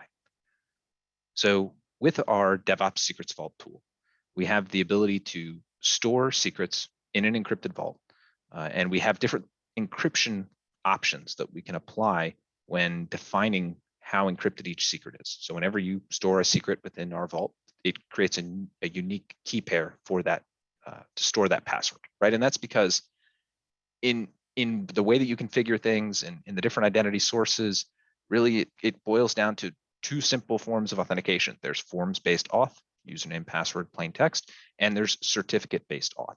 And everything else is essentially a different form of certificate that is supported by a different platform or some type of federation that converts one certificate to another to define a time-based allocation of permissions into that. We won't go into kind of the technicalities of those different types of certificates, but needless to say, we can store and use automation to manage all of them. So your continuous integration, continuous delivery functions, right, they need to be securely using their privilege. If anything has admin rights, and admin rights are a subjective concept, right? A domain admin is much different from, a root login on a newly installed Linux box, but they are both admin accounts. And, treating one different than the other doesn't make for good security. So, firstly and foremost, no plain text passwords and scripts. Anything where it's forms-based auth. I mean, PAM, kind of back to that really simple analogy, is about one thing: protecting those forms-based authentications and limiting them to only being accessible through certificate-based communication. So every single secret generates an encryption key, and we can use other forms of authentication to be authorized as users to access secrets. So we create our secrets in our encrypted repository, and then we have through DSV a CLI tool where we can pull down those secrets by secret ID, and we can put them into different app roles. We can basically define and share those secrets across user groups or application roles for applications to utilize. Authenticating into the password vault, the flexibility for that is key to being able to create federation across different cloud workloads or different tools that might be needing access to utilize or pull down secrets. So if you standardize in one cloud platform, like you're in the Azure Gov environment, or you're in GCP, right? But maybe you have a AWS MySQL credential that you need, right? We don't want to put that password in plain text in some type of pipeline that's running in GCP, where it can just, it needs to connect to this database. We'll give it that username password. We'll leave it in that. We'll leave it in that piece of code, and that's the end of it.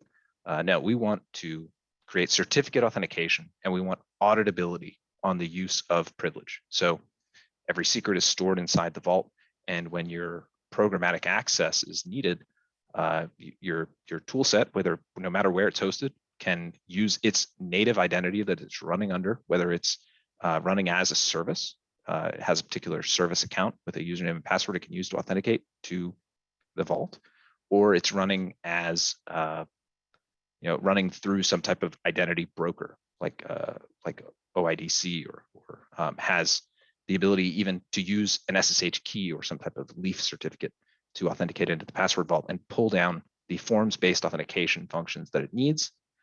Now, I say that you should always rely on certificate-based authentication whenever possible, but there are times that forms-based auth is required. And so if you're going to expose that password, if you're going to use that text-based authorization, it's best to put it in a limited context or put some type of security control structure around it. So we can change that password after that process is done, or we can create a particular account just for that function through a limited time to life, and that just expires. So your base secrets are always protected as encrypted objects, and the use of those secrets is mapped based on app roles. So you can see with this slide, we have a focus on DevOps workloads. So RPA tools like UiPath, DevOps tools that do auto deployments for you like Jenkins. We also have the ability, we'll talk a little bit more in depth around our ability to protect Kubernetes. That's going to be the main focus on this conversation. But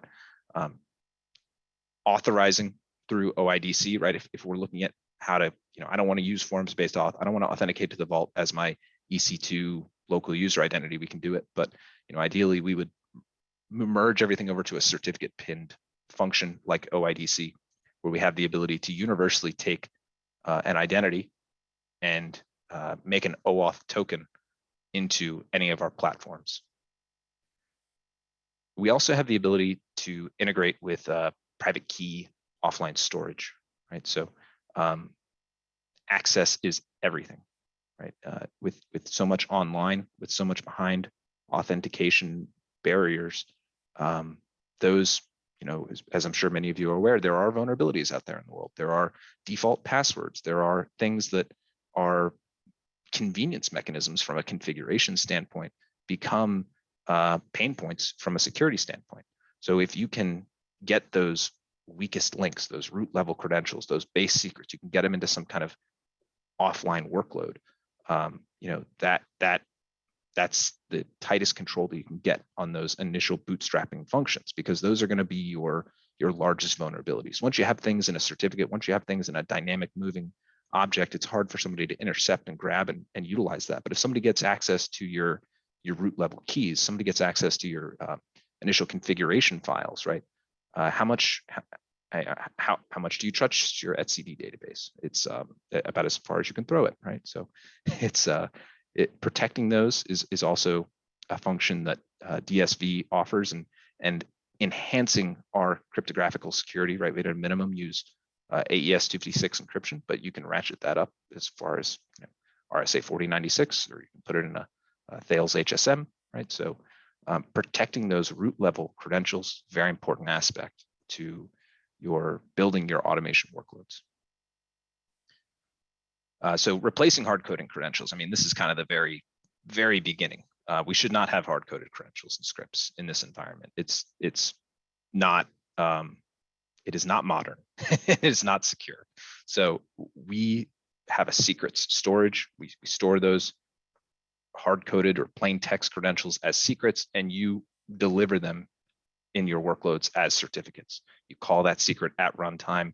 The service or app role or SDK installed certificate that we have a software development kit where if you don't have OIDC, you don't have some other certificate path to move that authorization through, we can install a software development kit.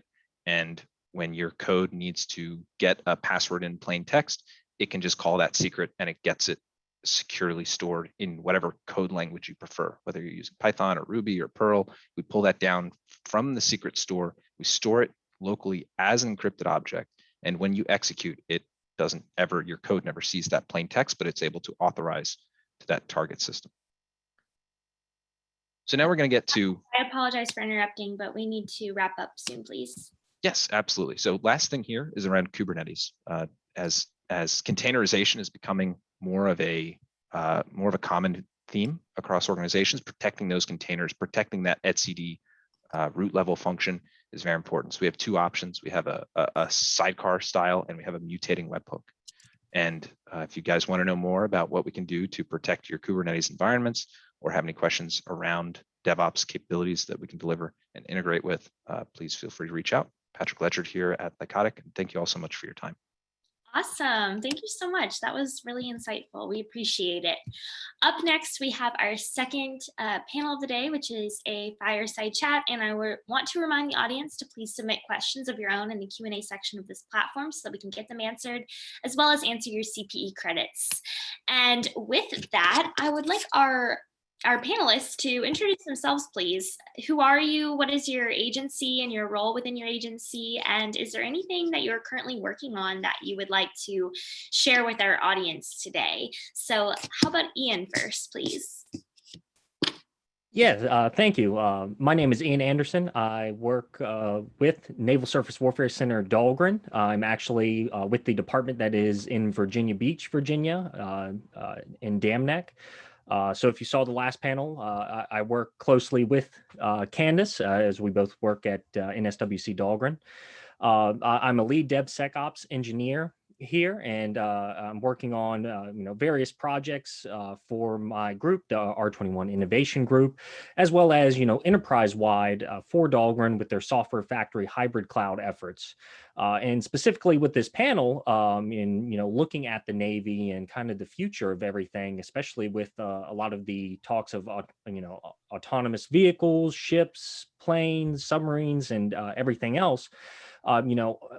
Taking a look at the processes and how we do things, at the Warfare Center, maybe in the next building over, how do we take all of those best practices and, build in that security for items that are actually going to be, forward deployed, not within the network, outside of our fingertips, and ensure integrity. So, it's kind of looking to the future of, what we're going to be concerned about. Thank you, Ian. And Brian, over to you, sir. So good morning, everybody. It's a pleasure to be here. So I'm Brian Reed. I'm the Chief Mobility Officer at NowSecure. We provide mobile application security testing in your DevSecOps pipeline. We work with a lot of the agencies talking today. And so from a topic at hand we have, right? It's all about enabling development teams to move quickly, but how do you do that when it's on the edge? And on the edge is things like mobile devices and mobile applications and IoT devices that are potentially unpredictable and really not managed or trustable in a traditional sense. And so I think today's topic will be great. I'll share some stories of our work with the Best Ben team and the Platform One team and other agencies as well, kind of give you some insights on how to be successful in your own journey. Fantastic. Thank you, guys. So our panel discussion topic today is looking to the edge. Does DevOps, DevSecOps change when it comes to the edge? Ian, maybe you can share with our audience, what is edge computing and what does it even have to do with DevOps in the first place? Yeah, so just like Brian said, so the edge computing is, going to be your applications or, your devices or whatever they may be that, are out there in the world, from a Navy standpoint, this could be, something that's forward deployed within, a combat area or an area of operation, whether it's on the warfighter or a system that's sitting on the ship. And, the software that will be, running on it, it can be developed, by your organization, then pushed out to the edge.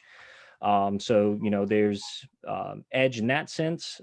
You could also have, what they call kind of edge computing, where you have an edge device that is whether it's gathering data or getting data pushed to it from something else, and is performing, a lot of that, the computations that you need. So you don't have to send that all the way across the network back to, whether it be cloud or some server to do those computations. So you can get, a lot faster, reaction time, a lot faster insight.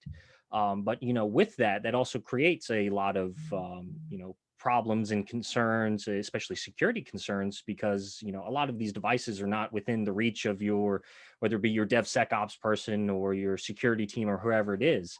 And like Brian said again, you can't really trust that this device hasn't been compromised when it's going to sync back up to whether it be your server or your network that is out there. Thanks, Ian. Let's knock poll number one out of the way first, and then I have a question for Brian. But poll number one is going to be, in your opinion, how important is DevOps to edge computing in the federal space? And your options include very important, important, indifferent, not important, or really not important. So let's see what the audience has to say with that. But Brian, I want to turn it over to you. What are some of the best strategies for implementing edge computing throughout the federal DevOps space? And are there new security concerns that have arisen because of this, which I know Ian just touched on, but I want to hear your perspective as well. Yeah, so we could probably spend 2 days on that question, but I'll hit on some high points, right? So first thing to recognize is most of us from either a development or security perspective are used to deploying web type or PC-based applications on trusted endpoints with a trusted network with a firewall and layers of defense in front of it. In edge computing, you should assume that the place your mobile applications are running, meaning the device or the IoT thing, those things are untrusted, right? You should assume they could be compromised, they could be tampered with.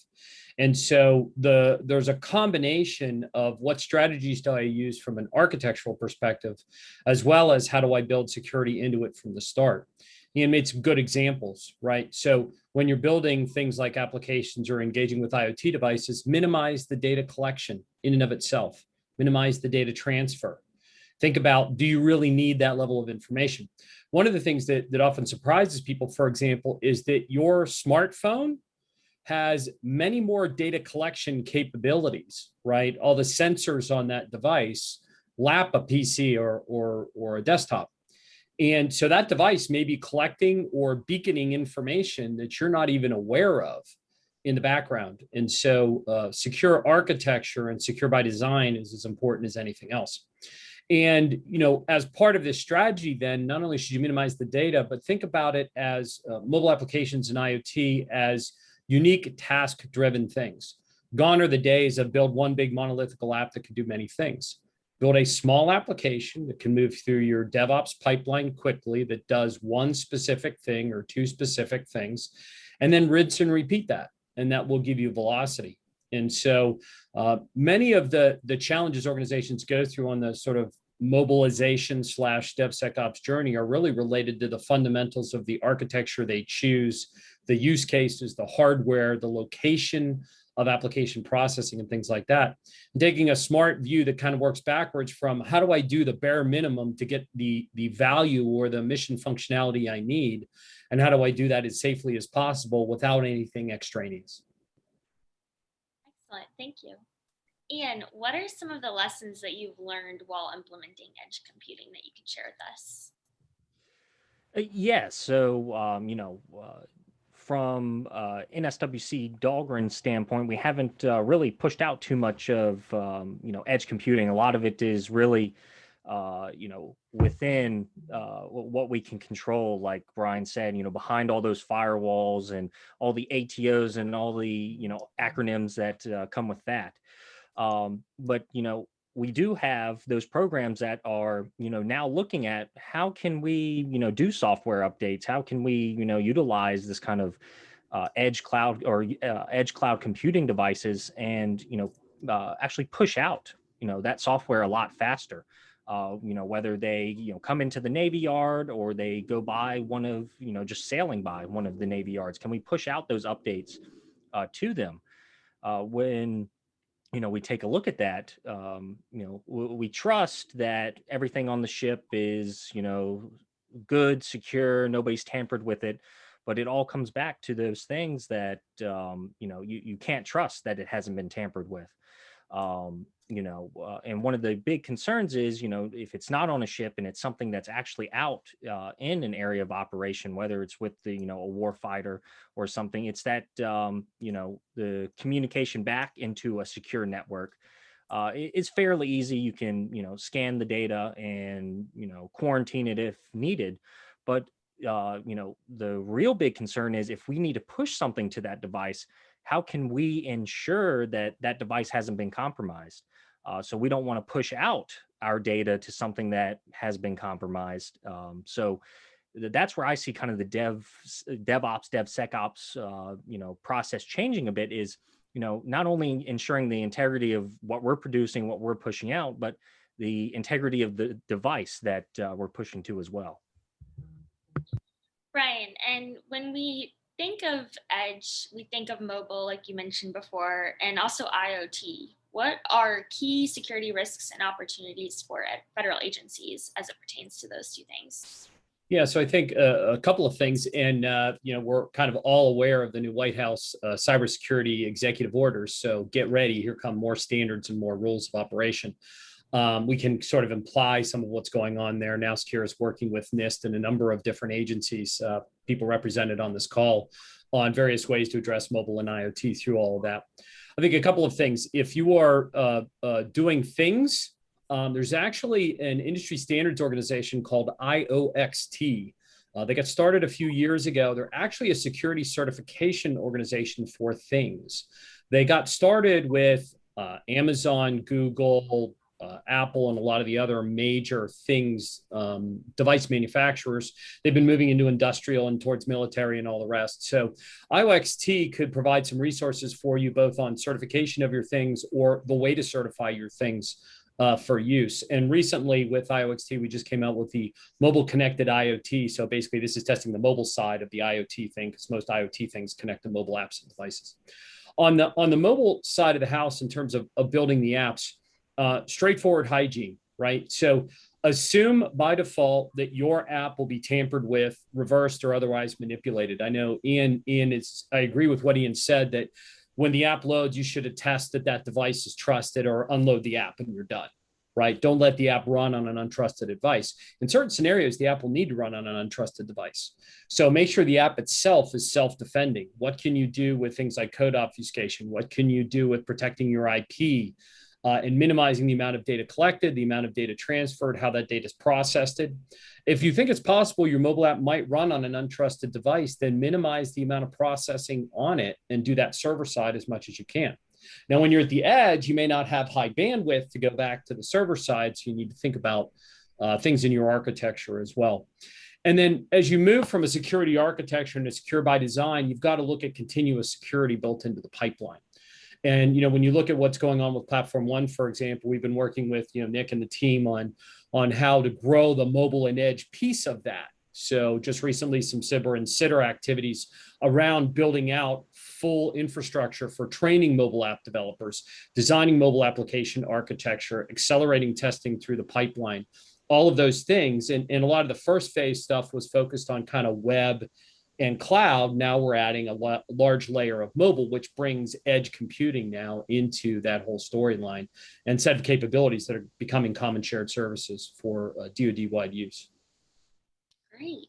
Well, and speaking of the new White House cybersecurity executive order, Ian, I was wondering if you could explain how you think that this will impact edge computing and DevSecOps. Yes. So, the executive order came out and, it really wasn't focused on, okay, the government really needs to shore everything up. It's taking a look at, out in industry, commercial sector who may be interfacing with, the government in any capacity. How can we actually, shore up their cybersecurity efforts? There's been initiatives to try to do that, try to get certain certifications for, companies out in industry.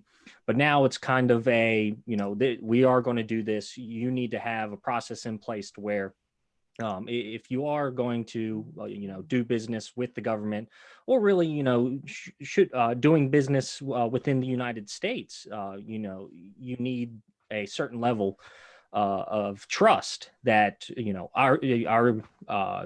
customers' data or any data that's shared with you is going to be safe.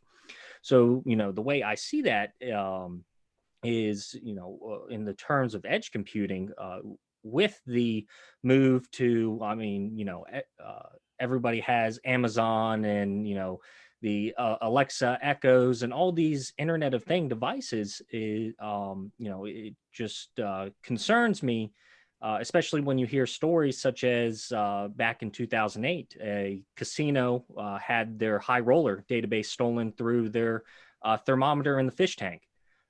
So it's not only going to be the security of, the software that is, being produced, but also the, security throughout the Internet of Things that, you may create something that is sold that's the most secure thing out there. But if it connects to something else that, is substandard, that, you can still get, hacked through it or compromised through it. So I think there's going to be, big changes, not only in the policy for companies internally, but, how they interface externally with other systems as well. Do you or Brian have any insight on how agencies and organizations should work to kind of get ahead of that order now before it becomes, problematic? Yeah, I think there's a lot there, Ian, if I may. So one of the things that we realized, so we were working with Congress already on some things around mobile and edge, and some pending legislation that was be coming out later. We've been working with the White House and NIST on the things around the EO.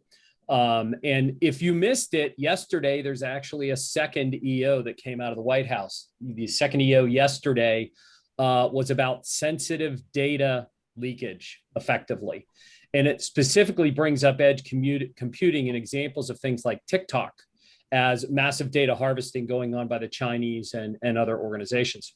And that's a related risk vector, which is you may be not building your own apps, you may actually be using apps from others or infrastructure from others. And that in itself, we saw Huawei get, blocked and removed and so on and so forth. And there's a lot going on with the harvesting. So to help organizations out with the assistance of a couple of federal agencies, we stood up a reference page. So if you're doing edge computing around mobile devices, mobile apps, and mobile IoT, on the NowSecure website, there's a resource page that actually enumerates the things software developers need to do inside agencies and software developers need to do for organizations that build software for agencies, whether it's a systems integrator or a commercial provider like Microsoft or something.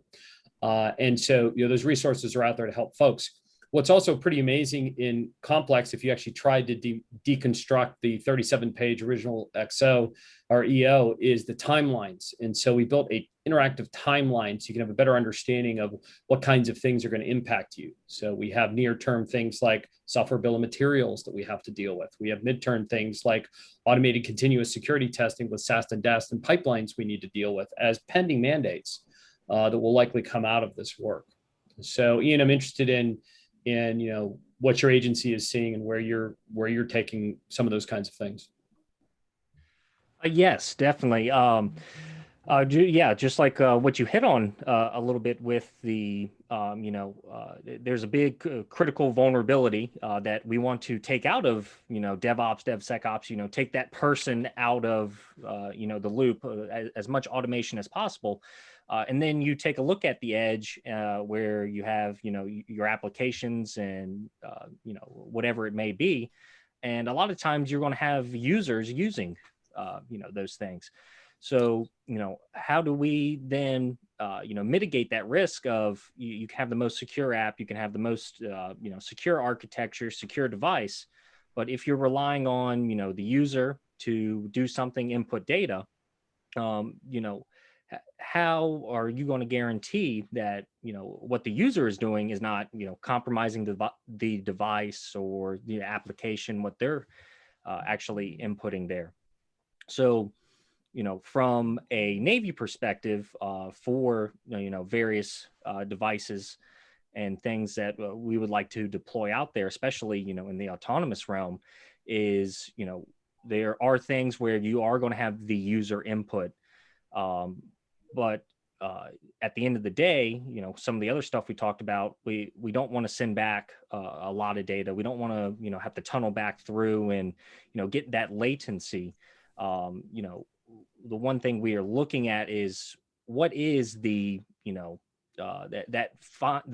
nice fine balance between having the secure system make certain decisions and then having decisions that you're going to need the users input, and like I said, and it all depends on the scenario. If you need that quick response time, are we comfortable with letting the system actually make that decision, or do we need to come up with new ways to allow the user to step in and quickly make a decision before an action is taken? All right. Brian, are you saying I should delete TikTok from my phone? Another very complicated conversation. What I would basically say is Facebook, TikTok, a lot of social media apps. Remember that face app where you could get the picture of what you used to look like when you were old? I can't remember what it was. Yeah. I think they're just gone. That was built by Russia. You have TikTok built by China or Chinese engineers. And so the data harvesting is really an issue out there. Whether you choose to use it or not, your choice. I would not put it on a trusted device for sure.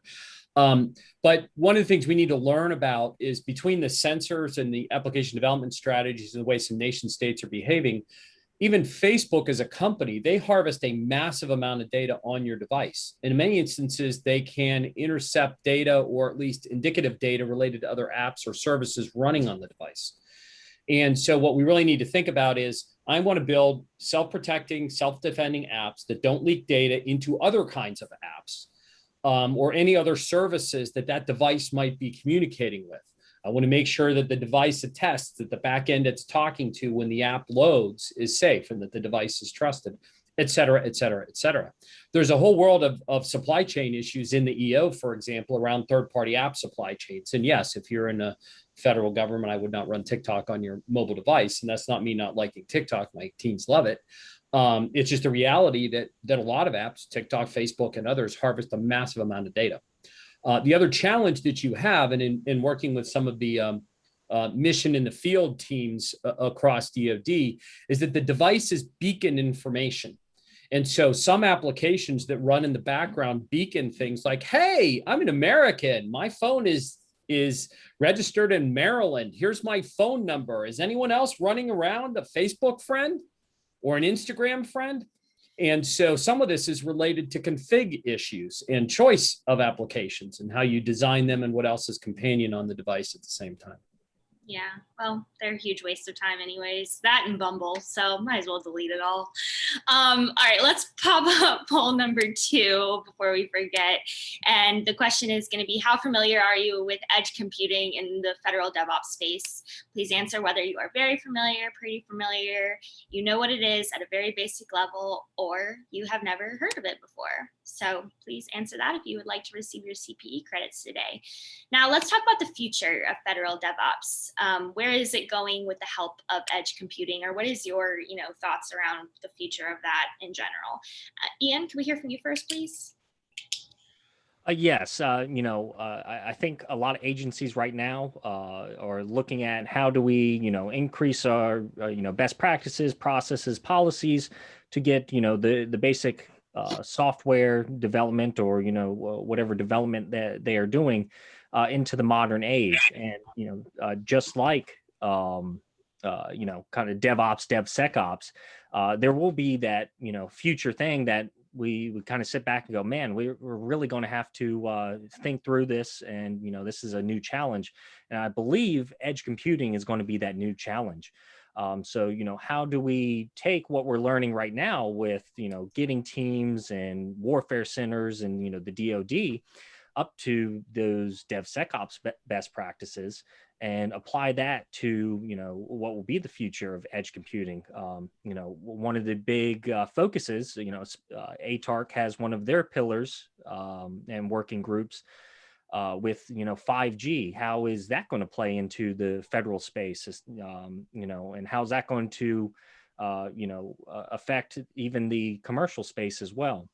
And then, like I've been saying, in the future, we're going to have a lot more autonomous aircraft, vehicles, submarines, whatever it may be. So, we need to take a look at, how do we secure, not only those devices, but the software running on it. And, kind of get out of, coming from a Navy perspective, get out of, all right, let's create this thing, go hand deliver it to the people installing it, and they'll install the updates and everything will be fine. How do we get that delivery to happen at a faster rate? But, putting in that trust that when we, remotely deliver, if we can remotely deliver an update, is the device secure? If we don't have that trust that the device is secure, how do we make sure our software, which may be at a higher classification level, how do we protect that if it does get pushed out? Yep, absolutely. I think, when we think about the future, there's like a combination of things, right? So I think for those who attended Nick's session earlier, and if you didn't, please get the replay. I think a lot of what's going on with Platform One and the infrastructure being built out in order to help agencies run successful DevSecOps programs is a core part of this, whether it's edge computing or anything else. Because it's all about speed, automation, consistency, using secure libraries, using secure architecture, using secure runtime environments. There's a huge amount of gain, I think, that will come across the agencies. I think we also are all suffering from a challenge of the lack of humans. And so driving automation through the pipelines is one piece of that, right? So using automated tools and scripting and eliminating human error, you kind of get a double bounce because you get more throughput and you eliminate the chance that humans could screw something up. I think it's part of it, but it's also automation on the endpoints. So as Nick's talking about it, autonomous vehicles, autonomous devices, autonomous sensors, all of those kinds of things. And we've seen some agencies experimenting in outside organizations with some really amazing stuff, just using commercial hardware and software to deliver really interesting experiences. And so, for example, one group, is able to track movements in and around, nuclear power plants. And they've done some really interesting stuff, and they're just using commercial capabilities with an application and some intelligence layered on top of it, right? So as we look forward on that, then this notion of continuous security will be able to drive continuous ATO and efficiencies and performance. So I think the other kind of big thing in here that was mentioned by Ian is 5G. So if you're not aware of it, and correct me if I'm wrong, Ian, one of the really great things we're seeing with AT&T and secure environments is with 5G, you can lock down a new layer of security that's infinitely more controllable than 4G and its predecessors. So being able to put things or apps on the edge that are locked down in a 5G channel that's got its own managed security layer, trusted or untrusted, is a whole new weapon, right? We're like worry about VPNs and other types of things. Well, you can move to a new level by having security actually in the carrier networks. And so I think that will be a game changer, and that will also help with the ubiquity, right? Because we know 5G has higher bandwidth and burst communications and a bunch of other things. So I think that was a good recommendation as well. Quick note, I got a DM on where's that EO page. So I dropped the EO resource for the Edge bit.ly into the group chat for the attendees if you want to go find that. Yeah, awesome. And speaking of 5G, thank you for the plug for our 5G working group. There is a bunch of ATARC working group resources. 5G did an executive white paper on that. If you're interested on learning about it from a more high level view, you can view it there. Maybe our event managers can track that particular paper down and include it in the wrap up notes. But anyways, thank you all for those insights. Let's pop up our last poll question before we run out of time. If we could get that up on the screen, please. In your opinion, how much of an impact will edge computing have on the future of federal DevSecOps, like we just spoke about? A big impact, a slight impact, it won't impact it, or you don't know. All right, so in the interest of time, I want to hear from our panelists. What is something that you really want people to take away from this discussion today, and have people bring back to their organizations and agencies as it relates to edge computing and DevSecOps? Just any words of wisdom or things that you can share with them. This would be a great time to share that now. Ian? Yes. So, the big takeaway for me, and really kind of, what I've done throughout my short career within the federal government is, there's always going to be that next thing. There's always going to be, something better in the future, something, people are going to start gravitating towards in the future. And what I found is, even if you have no clue what it is, if you've never heard of it before, start researching into it now. Start, experimenting with things, because eventually, it will become like DevOps or DevSecOps. It's just, it'll become a part of life.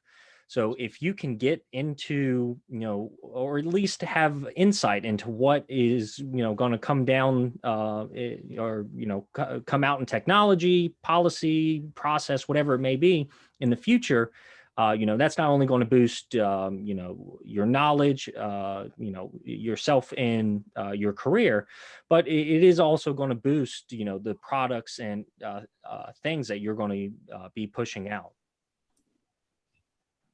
Yeah, and so if I think sort of about best practices is 50% of edge computing is the same stuff you already know when it comes to DevOps and DevSecOps and things like that. The other 30 to 50% is different. I think we've talked about a number of those things today.